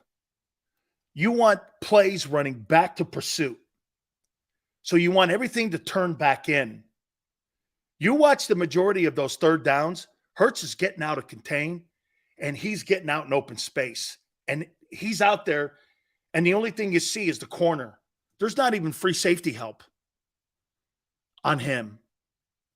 And so, but when you cheat and you slide over to a more of a wide 3 or a wide 7, they run the ball back inside with Lane Johnson. And back then with Sayamalo and Kelsey, go for 250 yards on you every game. That's how they widen you out. They widen you out to soften you up in the middle. And if you don't have linebackers or you don't have defensive tackles that understand what they're trying to do to you with splits, they're going to run for 250 yards on you every game. 250 yards dominates football games. 400 yards passing doesn't. The thing that you don't want to have Philly doing on you is this. You don't want to see 300 yards passing and 175 yards rushing, because you know what that means? You had no shot in that game. And the only way you would have been in a game like that is if Jalen turned the ball over or there were turnovers or interceptions. That's the only way that would have worked like that. 400 yards passing, I give that up any day. 300 yards passing and 175, you have no shot of winning that thing. That thing is over. Hey, you might as well have one arm tied behind your back when you play like that. And how many of those games did we see the Eagles playing last year? 14 of them, at least. That's right. Neil's right. And get this. And do you know why sometimes the Eagles look like that? Because those methodical series, 10 plays, 5 yards, 8 yards, 7-yard wheel route, tight end, contain. Before you know it, you're at 9 plays and you've taken 8 minutes off the clock. And you look up. That's why, again, to Yale's point, 32 points in an offense like that would be spectacular, because their offense takes a lot of clock. Okay? Takes a lot of clock. So, I mean, those guys, the way they run the ball. So, to me, the Giants, again, what are you looking at here with deep? Here. The flaw, again, in my opinion, is confusion in Dallas. With the Giants, they don't have enough personnel to hang with Philly. I mean, are those two teams contenders in the NFC? I suppose. But you got question marks in the front on, and I would say this about the talent of Dallas. I mean, CeeDee Lamb, I think I've written down. I did. I saw CBS with another stupid-ass list. I wrote down my top 10 NFL wide receivers heading into this season. Mine are completely different. No, actually, it's this. Excuse me, not wide receivers. Best players 25 and under. My list, I wrote down. We're going to do that at the top of the hour. Now, Washington, Josh Harris is Ron. Ron's not going to let the ownership. What is it, July 20th they're voting? That's a slam dunk. So Josh Harris is probably going to go in. This year's probably going to be a nothing burger. They're going to look how this team runs. And here's the one thing that I pray to God that Josh Harris does. Don't give the job to Eric Bieniemy because he's black. Give the job to Eric Bieniemy because he proves he can coach. Don't do that. It's an insult to Eric Bieniemy and every other coach that's trying. Don't be in that conversation. Give it to I never in my life want to be coached by a black coach. I want to be coached by the best coach, whatever color that is. Mike Tomlin's not a black coach to me. He's a great coach. Tony Dungy's a great coach. Race has nothing to do with connecting with players. It's such a societal thing that we categorize these people like that. Dude, when you're in an NFL locker room, race, religion, politics, that is ridiculous. We're all rowing in the same direction to be successful. I get it. Sills, you sound like a white guy because you don't have to deal. I get it. You're right. Understood. I totally understand. You're right. But man, I want the best man to lead us, whatever that is. Do you think those players in Pittsburgh care Mike Tomlin's black? Dude, when a coach is in your ass, you don't give a shit what he is. You just know he's in your ass. Okay? James, I pray The best thing happened to Eric Bieniemy, he left Andy Reid. Now he gets a chance. Let me say this to you. If the Washington Commanders make the postseason, Eric Bieniemy will be the hottest candidate for every coaching opening next year. Hottest candidate. Hottest candidate. And I'll be a Pied Piper on that. Okay? Shit, I wouldn't be shocked if he turns out to be the Washington Commanders head coach. That's right, man. Greasy. When the shit hits the fan, we're all in it together. Hey, right, Greasy? When the shit hits the fan, okay, one thing's for sure, right? The fan's not prejudiced. Shit hits everyone. Right? It hits everyone. It hits everyone in the face. Good. It's good. Fantastic. Hour number 3 coming up. Our friend Mike Golic's going to join us. And I can't wait to talk to him about some NFL issues, get his thoughts on, you know what, I'm going to ask him about the debate that's going on with Jalen Hurts. Do you run him? How do you play him? Should they back off or not? Mike Golic, 5:30 Eastern, Power Hour. Keep it here on the National Football Show.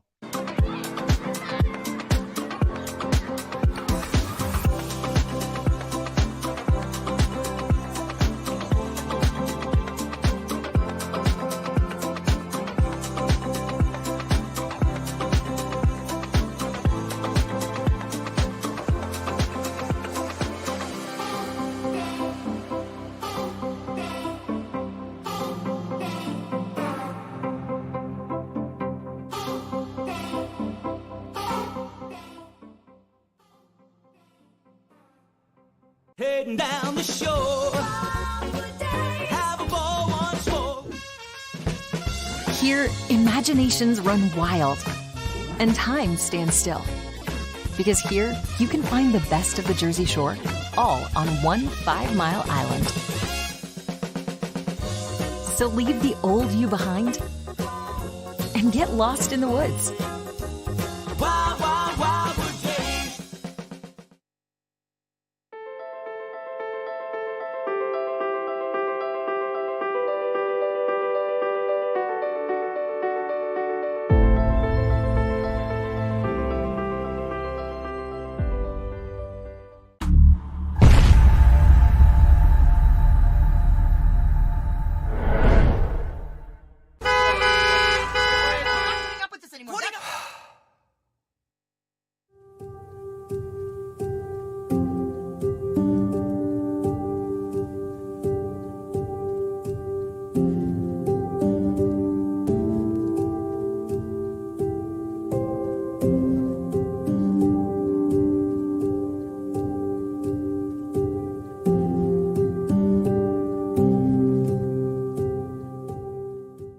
Score and save in southeastern PA and Delaware with Colony Pools this football season, and let the experts close your pool with a custom Merlin safety cover in green for the birds. And if you join our Winter Watch team, we'll give you another 20% off, and Colony Pools will handle it all.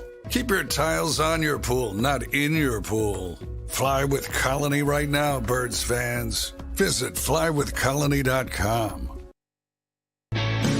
Hi everybody, my name's Jason Lombardi. I'm an inspector at DryTech.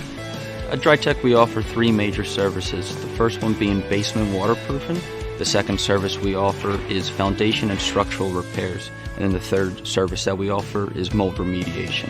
If you feel you are having a waterproofing issue, give DryTech a call or check us out online.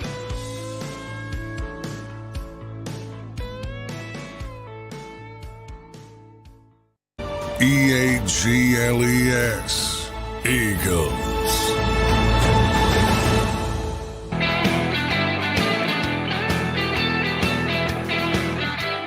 Big Skills National Football Show. Our friend Mike Golic is going to join us at 5:30 Eastern Time. Don't forget, tomorrow we got kind of like a Who's Who show tomorrow. We got Gary Sheffield joining us. And we have George Foreman joining us. George got a brand new movie out. And I think it's all about his journey towards winning back the heavyweight championship of the world. I was there that night when he knocked out Michael Mora. And it was just one of the most iconic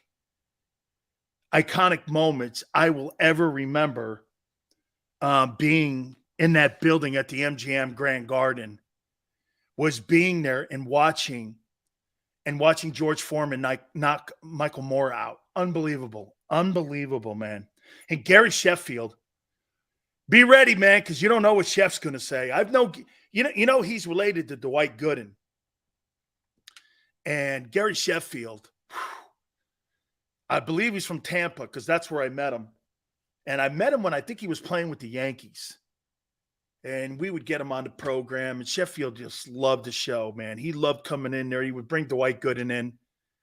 And man, Doc Gooden, what a sweetheart of a guy.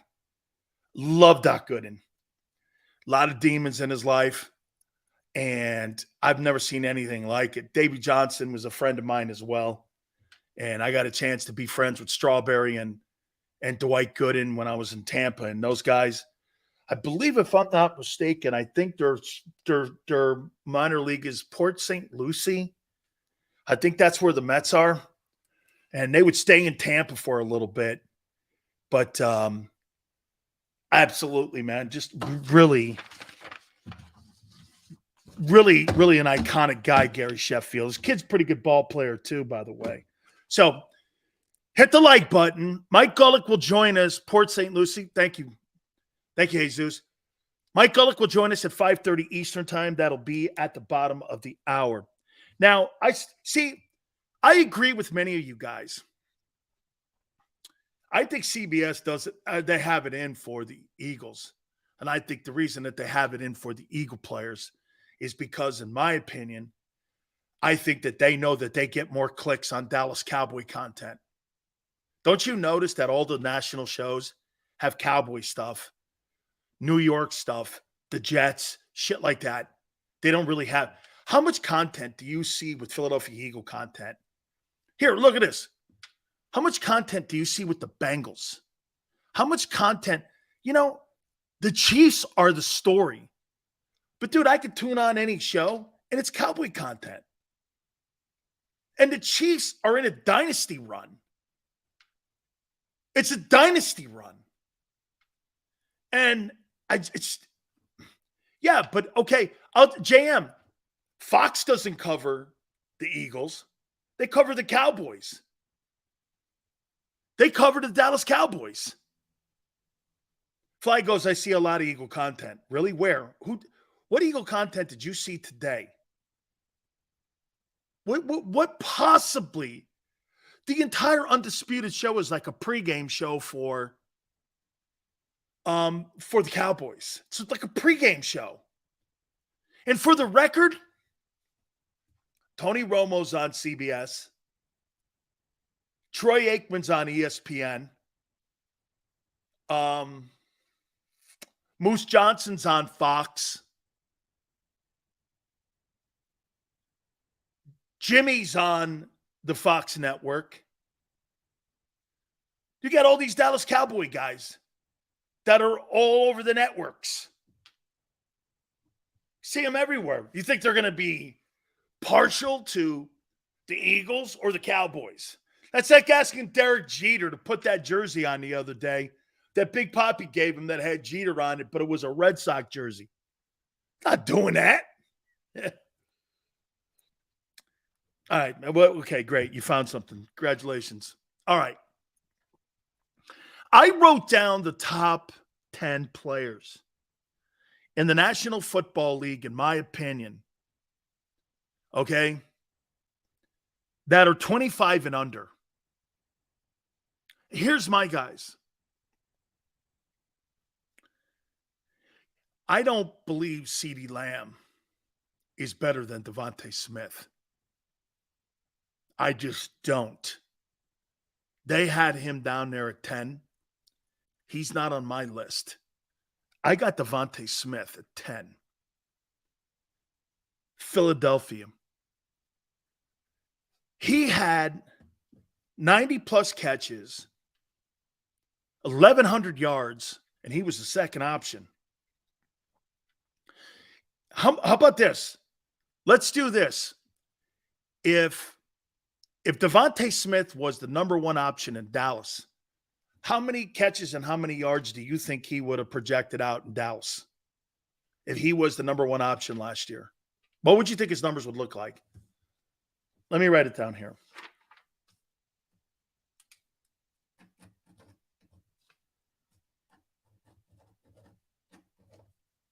I think that's fair. What do you think his numbers would be in Dallas if he was the number one option, Devontae Smith, last year? I had 110 catches, 1,300 yards, and 10 touchdowns. That's what I had him at.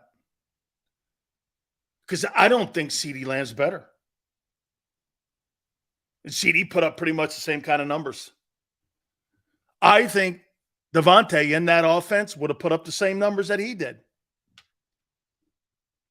That guy, the first 9 games of the year last year, CeeDee Lamb, I think that guy last year, I think he was, I didn't, did he have 100?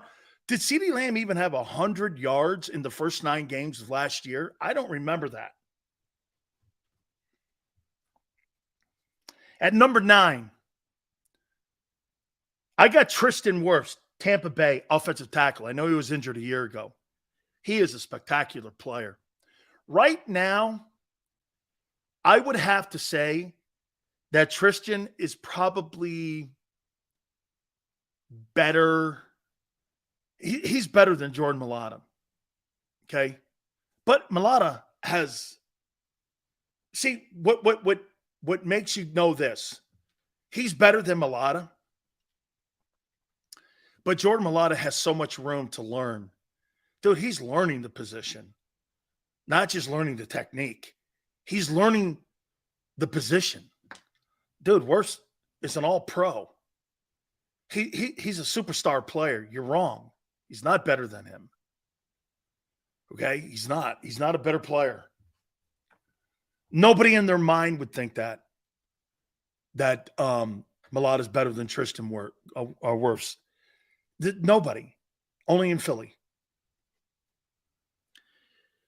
At number 8, Patrick Surtain, Denver, cornerback. Tremendous player. Does such a great high-low technique. Works the sidelines great. Cuts the corner off.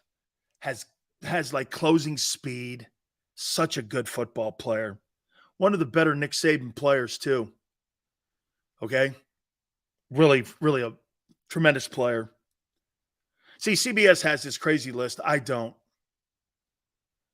Number 7, I have Sauce Gardner, New York Jets, cornerback. Whew. If this guy keeps doing what he's doing, he'll be Darrelle Revis. He's got Darrelle Revis all over him. He's got Darrelle Revis and a little bit of Stephon Gilmore. He's a fine-looking – I swear to you guys, I thought he was good. But then again, I looked at the Cincinnati team, and then I looked at the players that he played against, and I didn't see a lot of top-flight teams that those guys played against. So I was a little concerned about the competition. But then when I watched Sauce Gardner play, man, he blows you away when you watch him play. Fly goes, he holds a lot. That's what corners do, man. You see, you got to remember something, Fly. You could call holding on a corner every single play. But the more respect you get, the less holding they'll call. That's by design, Fly. That's by design. It's all by design. Don't forget, Mike Golic, bottom of the hour, 5:30 Eastern. Tones like this, dude, everyone holds every play. Absolutely, man. Offensive linemen, corners. What, you don't think Micah Parsons holds on to the guy from Baltimore coming off the line of scrimmage, or holds Kittle coming off the line of scrimmage? Those guys hold every play. It's all good. It's by your respect. Remember what we talked about with referees? Dude, Gardner's going to go in this year, and they're going to call less holding penalties on him because they're going to think he's doing the right job. Okay? All holds are created equal. Hey, as far as I'm concerned, it ain't holding until you get caught. When you get caught, it's holding. Number 6, I got Justin Herbert, LA Chargers, quarterback. Okay? Key position. He's 25 and under. Tremendous ball player. Number 5. These are my top 10 25 and under NFL players. I got Micah Parsons here. Dallas, edge, linebacker, whatever you want to quantify him as. I think Parsons, again, has to just be more consistent. Here's the one thing. Again, he's a superior player to Hassan Reddick. And wait, he's a superior complete player to Reddick. Reddick is by far a superior pass rusher. Okay? He's a superior pass rusher. But Parsons is not one-dimensional. Okay? Hassan Reddick, I have to always make sure that I add this to it because it's not a fair evaluation of Reddick if I don't add this.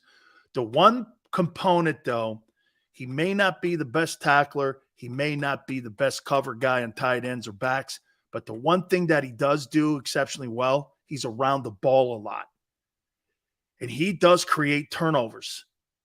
So you have to add that in when you're saying he's not the complete player that Parsons is, because he's not. However, you could make the argument that Hassan Reddick makes bigger plays in a year than what Michael Parsons will. You can make that. Okay? Like, I don't know how many times I've seen fumble recoveries and caused fumbles by Reddick and big sacks and big moments. And I don't know I see that so much with Parsons. You look at the end of the year, you're like, yeah, he can cover tight ends. Yeah, he's good at getting out on the outside and getting backs down. He's good at that. Reddick's not good at that. He's not good at that at all, actually. But he's got to get credit for creating splash plays. Okay? See, that is a spectacular comment that Tone just gave me. Led the league in forced fumbles and third down sacks. Enormous big play capability. See, here, if you want to say this about Reddick versus Parsons, who's a guy that makes more impact plays in a game? Michael Parsons or Reddick? Reddick. Forced fumbles, led the league. He's in the conversation when we're talking about third down sacks. I mean, damn. That's utilizing him correctly, which the coaches did. Man, who would you rather have, Parsons or Reddick? Whew. Man,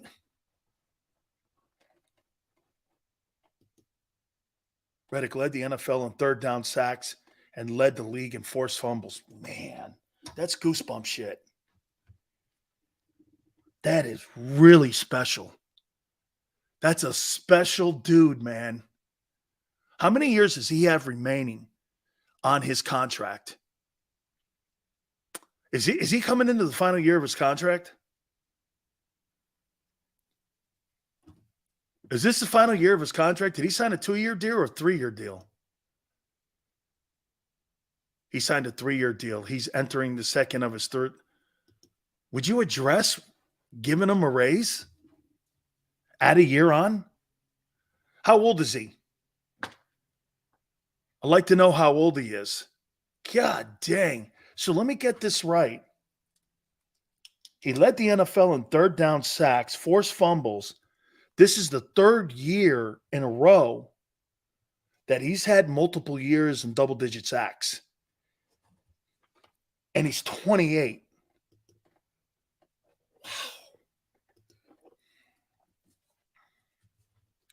28, 29, 30. Nah, I'm not going to extend him because I want to see, because 30, okay, what's he going to look like at 30? He'll be 29 when the season starts. Let me see what he does this year. Greasy, when you add up all that, whether he can cover a tight end or not, or he's a tackler, you tell me this, Sills, he's not the best tackler. He's not the best cover guy in tight ends, but he led the NFL in third down sacks and forced fumbles. And he had 16 sacks. Man, I don't know how he didn't get more juice for NFL Player of the Year defensively. I don't know how Parsons got that over him where, I can't believe Josh Sweat's 26. No. Josh Sweat seems to me like he's 30. Dude, what a game-changing football player. Here, when you dissect what he did a year ago, I couldn't have been more wrong about a guy. And the reason is because it was his third team in 3 years. And you start to say this, well, geez, what the hell, man? Why would you pass on a double-digit sack guy? Do you know any double-digit sack guys that are out there in the open market right now that are free agents? Can you tell me one that's a double-digit sack guy that's a free agent right now that's on the open market? Is there one? You usually, and get this, he wasn't traded. Okay, he wasn't traded. That's not what happened. At number 4, 25 and under, Big Sill's top 10 NFL players. I got Jamar Chase, Cincinnati wide receiver. Tremendous player since he came out of LSU. Boy, I'll tell you something about Ed Ogeron, man. They put out some big-time ball players down there at LSU. LSU's on a pretty good run right now, too, aren't they? I didn't know Yannick had 9.5. That's pretty good. I think he's too pricey. I think he's going to want $12, $13 million. I don't know. On June 27th, Jamar Chase, just a great football player. What's that guy going to look like when his rookie contract's up? I got Nick Bosa, third, San Francisco edge rusher. Tremendous edge rushing player. Impactful, rangy, gets around the hula hoop. Really plays the run. Just spectacular. Jefferson, 2. And I got Jalen Hurts there at 1. All these young players, man, you see in the National Football League today, you really get a sense where, you're seeing a lot of guys being picked. And if you notice one thing about today's NFL guys going into the draft, before I bring Mike Golic on, when Mike and I were drafted, you had guys from like Prairie View State or Texas A&I or Alcorn State. You know what you don't have today? You have none of that because of the portal. These guys are all coming from big programs. Why? Because there's better coaching at those big programs. And now you don't have to sit 3 deep at Alabama or Clemson. You can go to any of those schools now and get that coaching and the visibility you need to get drafted. You're not going to see a lot of small programs any longer, especially in the first 2 rounds. It's not going to happen. All right, there's a big debate going on in Philly. And I'll tell you this before I get started. Mike Golic, not just a awesome player, but also an awesome broadcaster. He joins us now here on the National Football Show. Hey, Mike, I guess it's not so easy to replace Mike and Mike, is it? Hey, not to throw shade on Keyshawn or anybody else. Hey, but Mike, just like when me and you played back in the day. Oh, so you're going to replace me with him and then, okay, well, let's see how that works. I don't know, Mike. It's not a feather in your hat or anything, but I wonder how you felt about that. That's a legendary show, Mike. You got to have a little bit going, hey, the reason we had so much success. Well, I mean, listen, there's always pride in what you did. And, it's just like when you played football, I got cut twice, cut from the Houston Oilers and then cut from the Miami Dolphins. And you want to prove them wrong, right? You want to say you guys made a mistake. So after Houston, I went to Philly and things went pretty well there. So I felt good about that. And then when I went to Miami and got cut, I wanted to make them feel bad, but nobody else in the league called, so I retired. So that's it. That didn't work out as well. When people say, oh, when did you retire? I'm like, no. How it works is, for most of us, the league retires you. You don't get a say on when you leave. Listen, my biggest thought right away, Dan, in all honesty, was I feel bad for ESPN Radio, for what was built even before I was there. Started in 92 and 93. Tony Bruno, Chuck Wilson. Tony Bruno was my first partner when we started the National Morning Show. It wasn't Mike and Mike. It was the morning show on ESPN Radio, and it was me and Tony Bruno. And it lasted for a year, and then Greeny and I took over for another 17, 18 years, and then Trey and my son for 3 years after that. And, now, unfortunately, the morning show, at least, is that National Morning Show is going away. I don't know what's going to go in its place.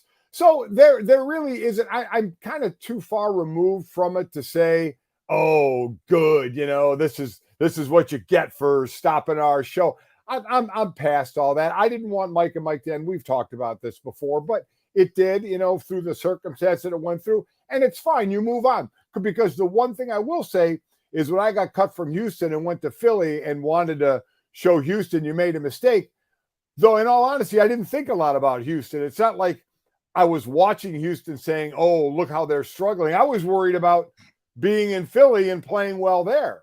So when I left radio, it was like, or left ESPN, I was like, okay, what's next? I want to do well there. So I feel bad for what radio, because you think about it, it's 92, 93. That's only 30 years. I mean, it's not, that thing should still be huge. Now, is it partly because radio itself, terrestrial radio, is getting shifted away from live streaming and podcasts? That could be it as well.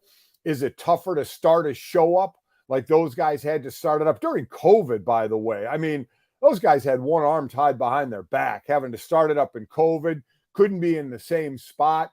And then you have more eyes on you right out of the gate. Greeny and I got to go 3 years or so working out all the kinks because we weren't on that many affiliates to start out. So we got to kind of get rolling a little bit before we were heard by a lot of people. You start a show today, especially on a major network like ESPN, you're instantly in front of millions of people.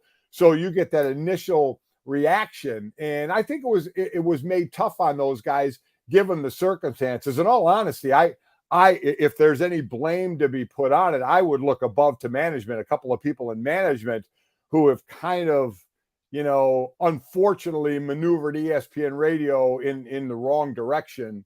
And, it's struggling now. But again, I personally don't know, maybe you know more than me about where terrestrial radio is right now, and is it hurt in a lot of places because of all the other avenues you can get content? I think a lot of it's diluted, Mike. And plus, now you have to be concerned, and a lot of people, especially in radio, are concerned with advertisers. Yeah. And with streaming, you don't have as many guardrails, and they're not as tight, Mike, where you could kind of go down topics where you and I, when we first started, we could go down. Today, we could never go down many of those topics because it's just a different environment and how you project those topics now. So, I mean, back in the day, you were talking about the black quarterback in the NFL and how he's making a great statement. And then today you kind of say that someone will dissect that on you and turn that into something that it's not. And I just think hosts today, Mike, are a little bit more cognizant of that. And that's why podcasting and streaming shows have given more vehicles. And I think it's easier to listen to, and it's an easier listen. Yeah, I think I agree with that. I hope terrestrial radio isn't fully going away. And locally, I know it still does fine in whatever markets, but we're talking about national now. And in all honesty, listen, I like those guys that took over the show. There was never any animosity at all. there was a space available. It's just like when I get cut from a team, and a guy that's all of a sudden playing in my position. Why am I mad at that guy? I'm on a different team. There's a hole to fill, and that guy filled it. Those guys filled the morning show. I think they got put kind of with an arm tied behind their back that ESPN did it during COVID. Those guys didn't get a lot of time together to kind of, practice together. And I remember when me and Greeny started, and then me training my son, we traveled around to the different affiliates and met people. And before we even got on air, these guys didn't have a chance to do it because COVID was going on. So I think the timing of how it was done, that's why I don't put it as much on the guys on air. I put it more on the people who put them there, saying, I just think they really kind of strung them out and hung them out a little bit with how you want to get a show going. Those guys didn't really have a fair shot to do that. Let me take you into the debate that's going on in Philadelphia right now with Jalen Hurts. Yeah. The debate is, Brian Westbrook came on, and so did Dick Vermeil. Dick Vermeil was asked the question about him running, and Vermeil said, why would you take running away? It's one of his assets. And then Brian Westbrook came out and said, hey, you've got to protect this guy because he was on pace for 200 carries, Mike. Mike, how should the Eagles go forward this year when it comes to coaching Jalen Hurts? Should he run more? Should he run less, in your opinion? I have no problem how he's running right now. Listen, look what they tried to do with Josh Allen after his rookie year. He ran really well, right? I mean, and this dude was a locomotive, a big dude who could run. And then his second year, they were like, okay, we gotta calm that down and have him throw more. And it wasn't going as well until he started running again. You're talking about Lamar Jackson in Baltimore. They're going to run him less. I'm sorry, if you're going to get to the promised land, and that's a Super Bowl, and you have a quarterback that can be a threat running, he's got to run. Now, does that mean you run him 17, 20 times a game? Maybe not. But you look at Hurts last year. He played 15 games, ran 165 times. So do the math, a little over 10 times a game. And those 10 times a game aren't always planned runs. They can be scrambles as well. We're in an era now where quarterbacks run and they can be dangerous running. Now, the good side of that is they're unbelievable weapons. Whether they're scrambling out of the pocket, making a defender have to commit to him running and then throwing it over the top, or the defender staying back, not sure what's going to happen, and the quarterback taking off. I'm sorry, I don't think you can legislate that. I think you've got to let these guys do what they do. Now, do you want to do less planned runs? Maybe you can do that a little bit. But these guys, the one thing about them, Dan, when they run, the amount of confidence they have in their legs to be able to get the job done, where maybe that throw, do they want to make that throw, or do they have more confidence in their legs to get the yards? They may take off and run. I don't think you can mute that. I really don't. I hear, like I said, I heard that about Lamar. I heard that about Jalen. But if you're going to get where you're going to go, you got to let these guys do what they do. The downside of that, I gave you the upside. The downside, you're possibly leading to injury. But look at Lamar Jackson's injuries. They happened in the pocket. In all honesty, when these guys run, when these guys scramble and or run, they have more control on how they're getting hit, or if they can get down and do a slide to avoid a hit. They can take bigger shots in the pocket, especially from the blind side, or when there's trash around their legs. So when they're running, I actually think they have more control how that play ends. So I'm for letting these guys do what they do and not mute it. That's exactly what Phil Simms said on our show too, Mike. I mean, he's like, Dan, in open space, you have more control of the environment around you and where you are in that open space. So again, it's more about making business decisions. Hey, if I don't get the first down, why do I have to take the gigantic hit? And I say this, Mike, the thing that I want to see Jalen get better at this year is just to continue to improve on that decision-making, because the RPO, Mike, it's not a play call. It's a decision-making. Right. Yes, it is. You mean, because again, you could call an RPO in there, but Jalen has to go split decision. Yep. Do I keep it? Do I pass it? Do I run it?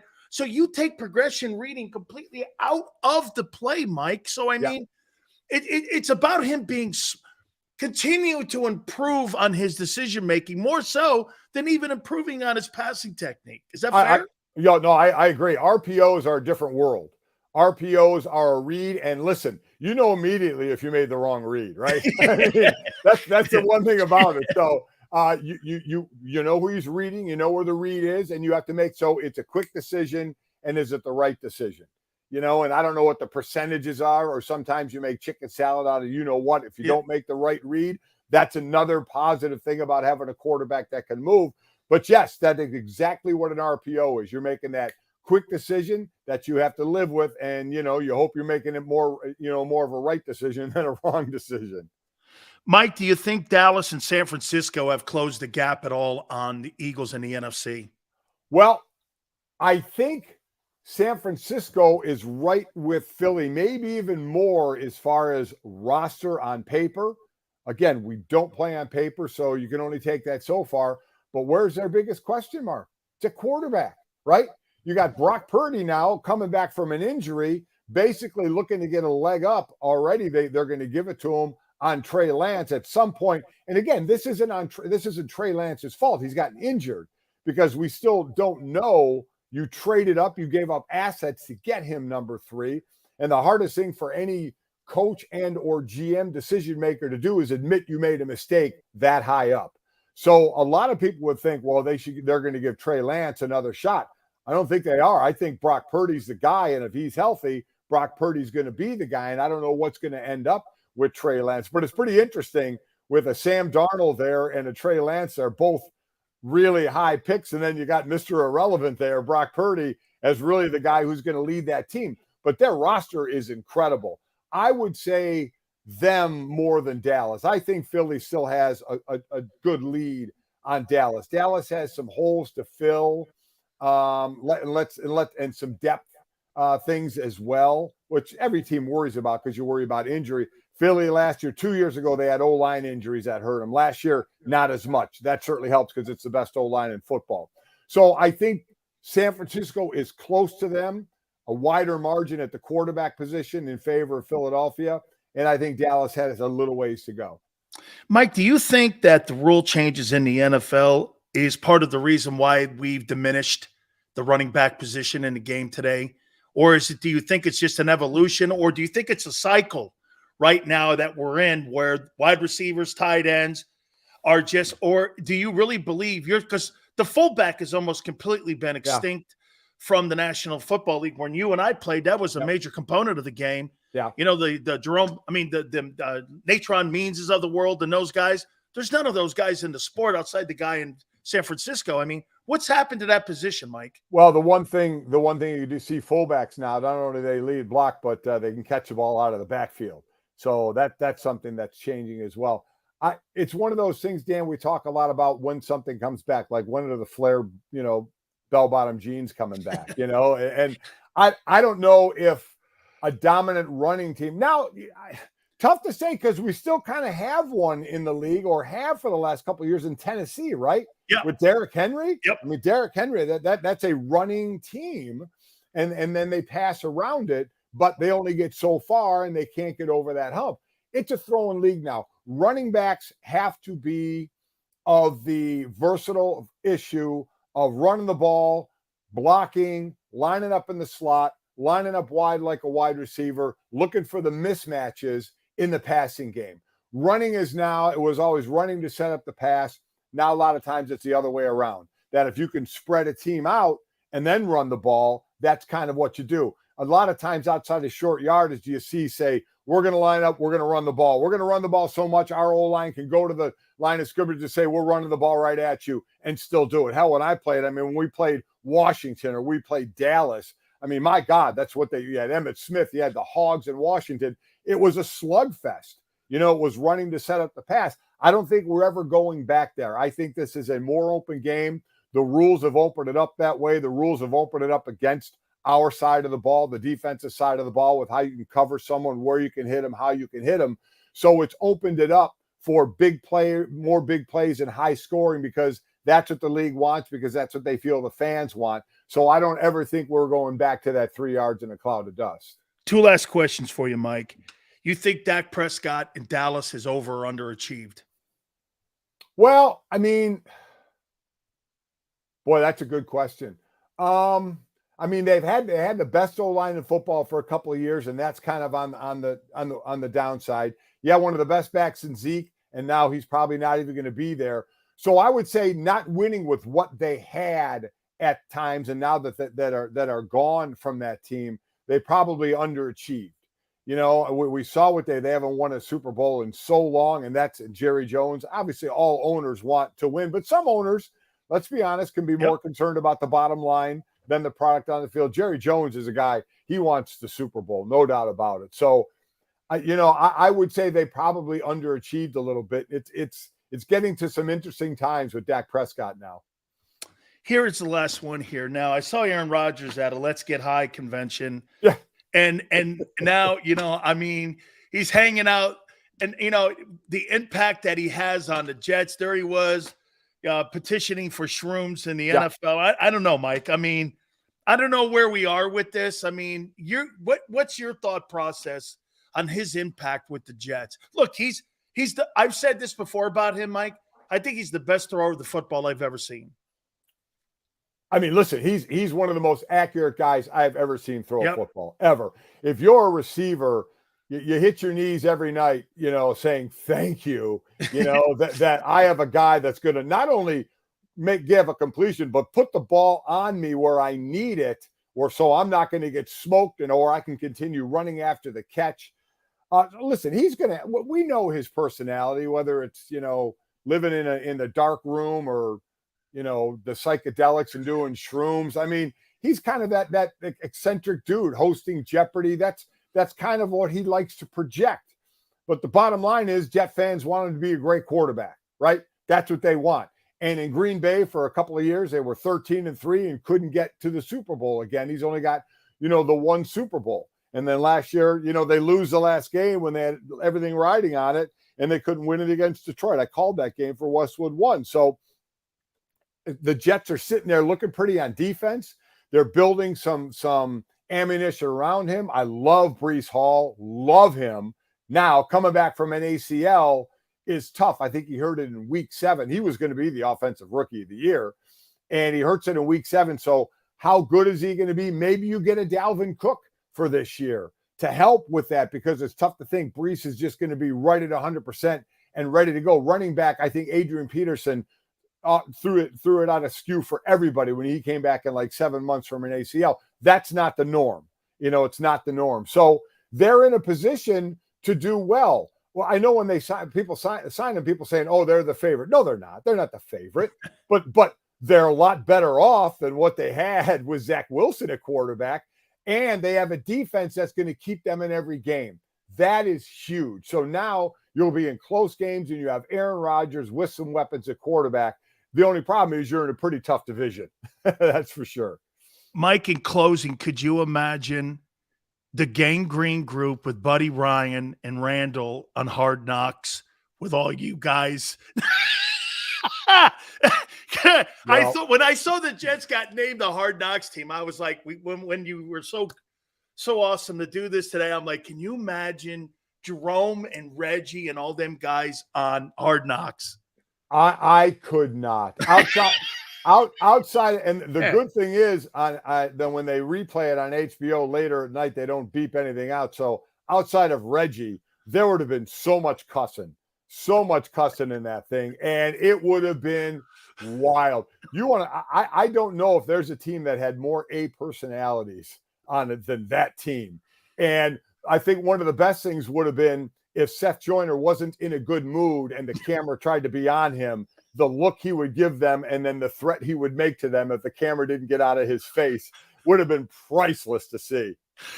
He comes on this program all the time, and I can't see somebody putting like a camera in front of him. Mike, that would have been worth the price of admission watching you guys with Wes Hopkins and Andre Waters and them guys. Oh my God, Jerome, Reggie, Clyde Simmons, Byron Evans, Eric Allen. I mean, it would have been Ron Heller on the old line and Keith Jackson, Keith Byers. I mean, wow, it would have been amazing. We'd have had a lot of fun with it. That's for sure. That's for sure. Hey, Mike, it's always great for you to spend as much time as you do with me. You always find time. Hey, tell folks what you're doing now, please. So DraftKings, they started the sports network on Samsung TV and DraftKings.com, and they're going to expand that as well. So right now I'm doing a show with my son, Mike, and we're probably going to expand that in the fall, hopefully a little more. We'll see. So we're doing that. I'm back to doing every day a sports show again, which is a lot of fun because I get to do it with my kid. And then Westwood One, I do the NFL games, probably the Sunday night games again, myself and Ryan Radke. I've been doing the Sunday night games for the last couple of years, and I'll continue to do that. So while I'm not getting up every day at 4:15 anymore, I'm still involved because my wife won't let me retire. She doesn't want me around all the time.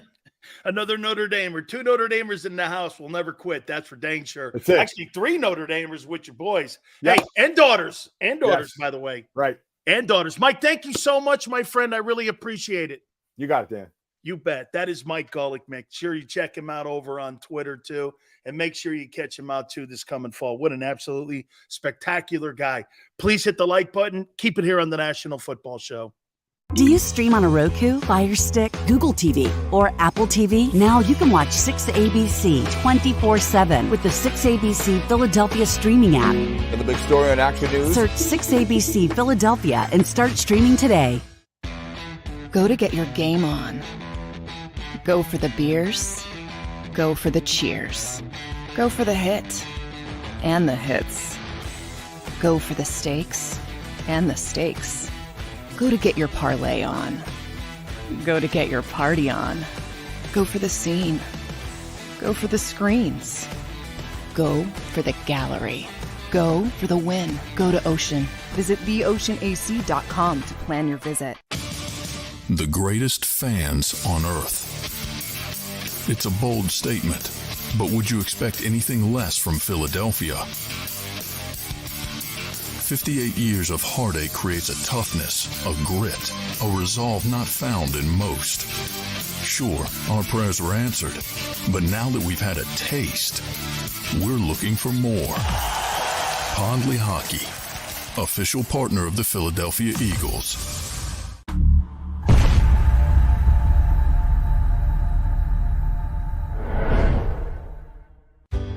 Go passionately. Go fearlessly. Go confidently. Go Birds! Go confidently towards your goals with First Trust, Philly's hometown bank for nearly 90 years, and the official bank of the Philadelphia Eagles. We're focused on getting you over the goal line. So go with conviction. Go with trust. Go Birds! And go forward with us by your side. First Trust Bank, the official bank of Philadelphia Dreams. Oh, and go Birds. All right, did you know I was the Mommy Slam Dunk Champion? Really? Yes, really don't sound so surprised. Let's see it. Oh, you're ready. All right, here we go. Let's hear the crowd. So go to right, I go to left, fake a mom. Mama go up, mama! She did it. Again? You can't avoid gravity, but United Healthcare can help you avoid financial surprises by helping you compare costs and doctor quality ratings. United Healthcare. Uh-huh.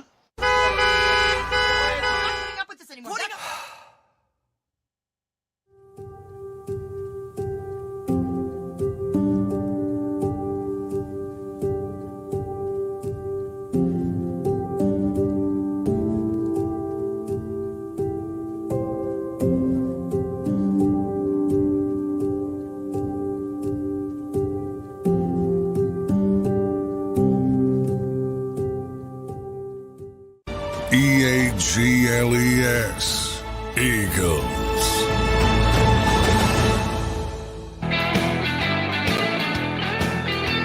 Red Stills National Football Show. Appreciate my friend Mike Golic coming aboard as he always does. Always finds time. By the way, Gary Cobb is at a Penn State football camp. So that's why he hasn't been on the last 2 days. And tomorrow, Gary Sheffield and George Foreman will be on the program. So we're so looking forward to that. Hopefully you'll join us there. Thought it was interesting on what he said and how they should put. Mike's under the Dick Vermeil line on how to use Jalen this year. Run that guy. Like you know what? Do you run RPO quarterbacks and dual threat guys like you run racehorses? Like nobody's saving Secretariat. Here, right? Nobody's saving Secretariat. Well, I want him to run until he's a 5-year-old. Well, Secretariat's legend was made in 1 year. Wasn't made over 2 years. It was made over 1 year and 3 iconic runs. I mean, Jalen Hurts over the next 5 years could reshape with that. Hey, this may be the best topic of all time on Jalen Hurts. Do you think Jalen Hurts can redefine the RPO and dual threat quarterback? What a testament that would be. Has Lamar? No. Lamar Jackson has not redefined dual threat. Has he done things and is he one of the most accomplished quarterbacks of all time? Yeah. But he hasn't redefined it. Why? Because what people's impressions are of that, you may be great in it, like Michael Vick, but you're not going to last in it. So he didn't redefine it. Did Cam? Cam probably did more to redefine the position than maybe even Lamar Jackson. Cam's an MVP too, let's not forget. Okay? If Lamar with this new offense could get this.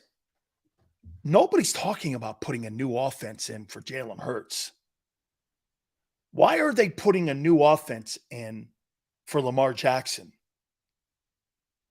Is it that code for what we're doing is not working? Don't you think that's code for what we did was not working? The quarterback is too vulnerable to hits. I mean, right? So wait a minute. You changed an offense that your guy who you just gave $51 million to and led the NFL in touchdown passes, had 1,100 yards rushing, was a unanimous MVP. You changed that offense? To me, that doesn't sound like a positive. That doesn't sound like a positive to me. That sounds like to me, again, where, what you believed is now, hey, what we're doing is not working here. We've got to redefine the offense. Get this. We're not talking about adding plays. We're talking about redesigning an entire offense.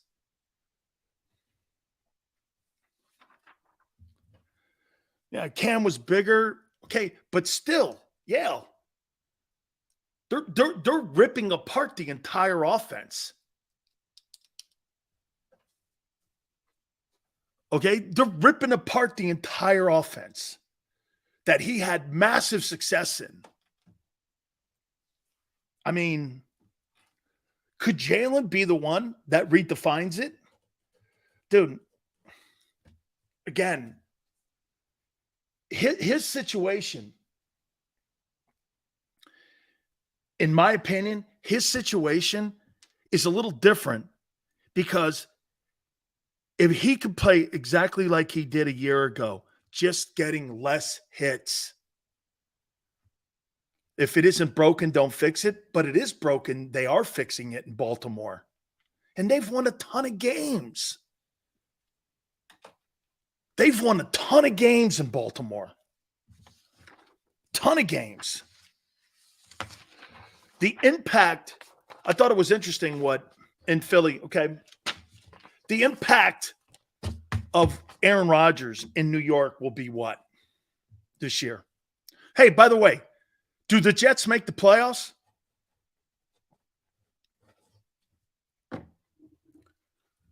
Do the Jets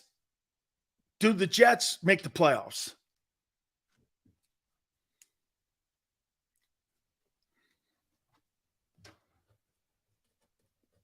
Shit, do they have a... Jesus says they do. They have to get past Tua. No. Baltimore's biggest problem is Harbaugh's pride.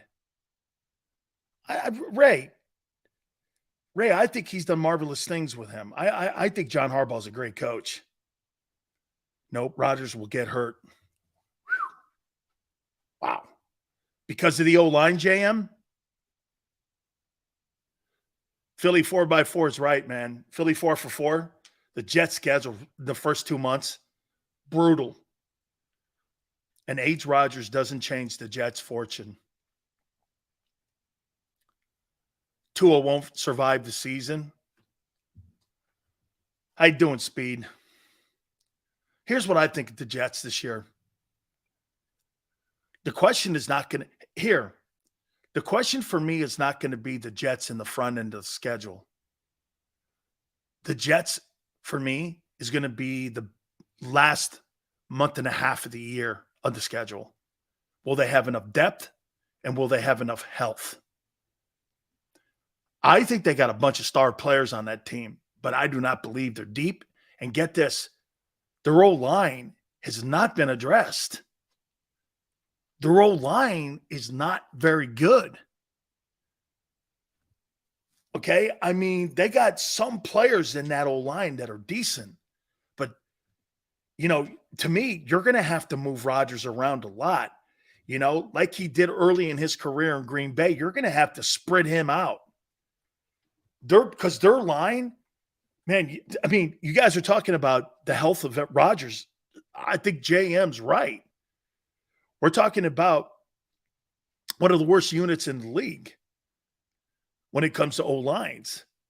And you're not going to go anywhere then again, no. Joe Burrow did. He went to the Super Bowl with the 28th worst ranked O-line. So you're going to have a lot of three-step drop, and you're going to have to get that ball out. So can he do that? I believe he can. So you're just going to have to systematically, and Nathaniel Hackett is up there, you're going to have to get that ball out quick. 1, 2, 3 out. 1, 2, 3 out. But is Burrow the standard or an anomaly? Plus, let's not forget, the Jets have good weapons, but do they have T. Higgins, Mixon, and Jamar Chase? I don't think so. I mean, there's a lot of key weapons that they have in Cincinnati. That's a different – see, my question is, where are they in the conversation with the Bills, the Bengals, and the Chiefs in the AFC with Rodgers being there? I don't know that. Okay? I don't. If Rodgers is in the NFC, he's one – like Rodgers could have went to Minnesota, and Minnesota would be a Super Bowl contender. Could be a Super Bowl contender. But with the Jets in the AFC, Bengals have players that can get open early. That helps deal with the O-line. Yeah, because it's three-step drop and it's out of there. See, I think this about the Jets, and this is not coming from a guy who, as a kid, rooted against that team. I'm just saying this.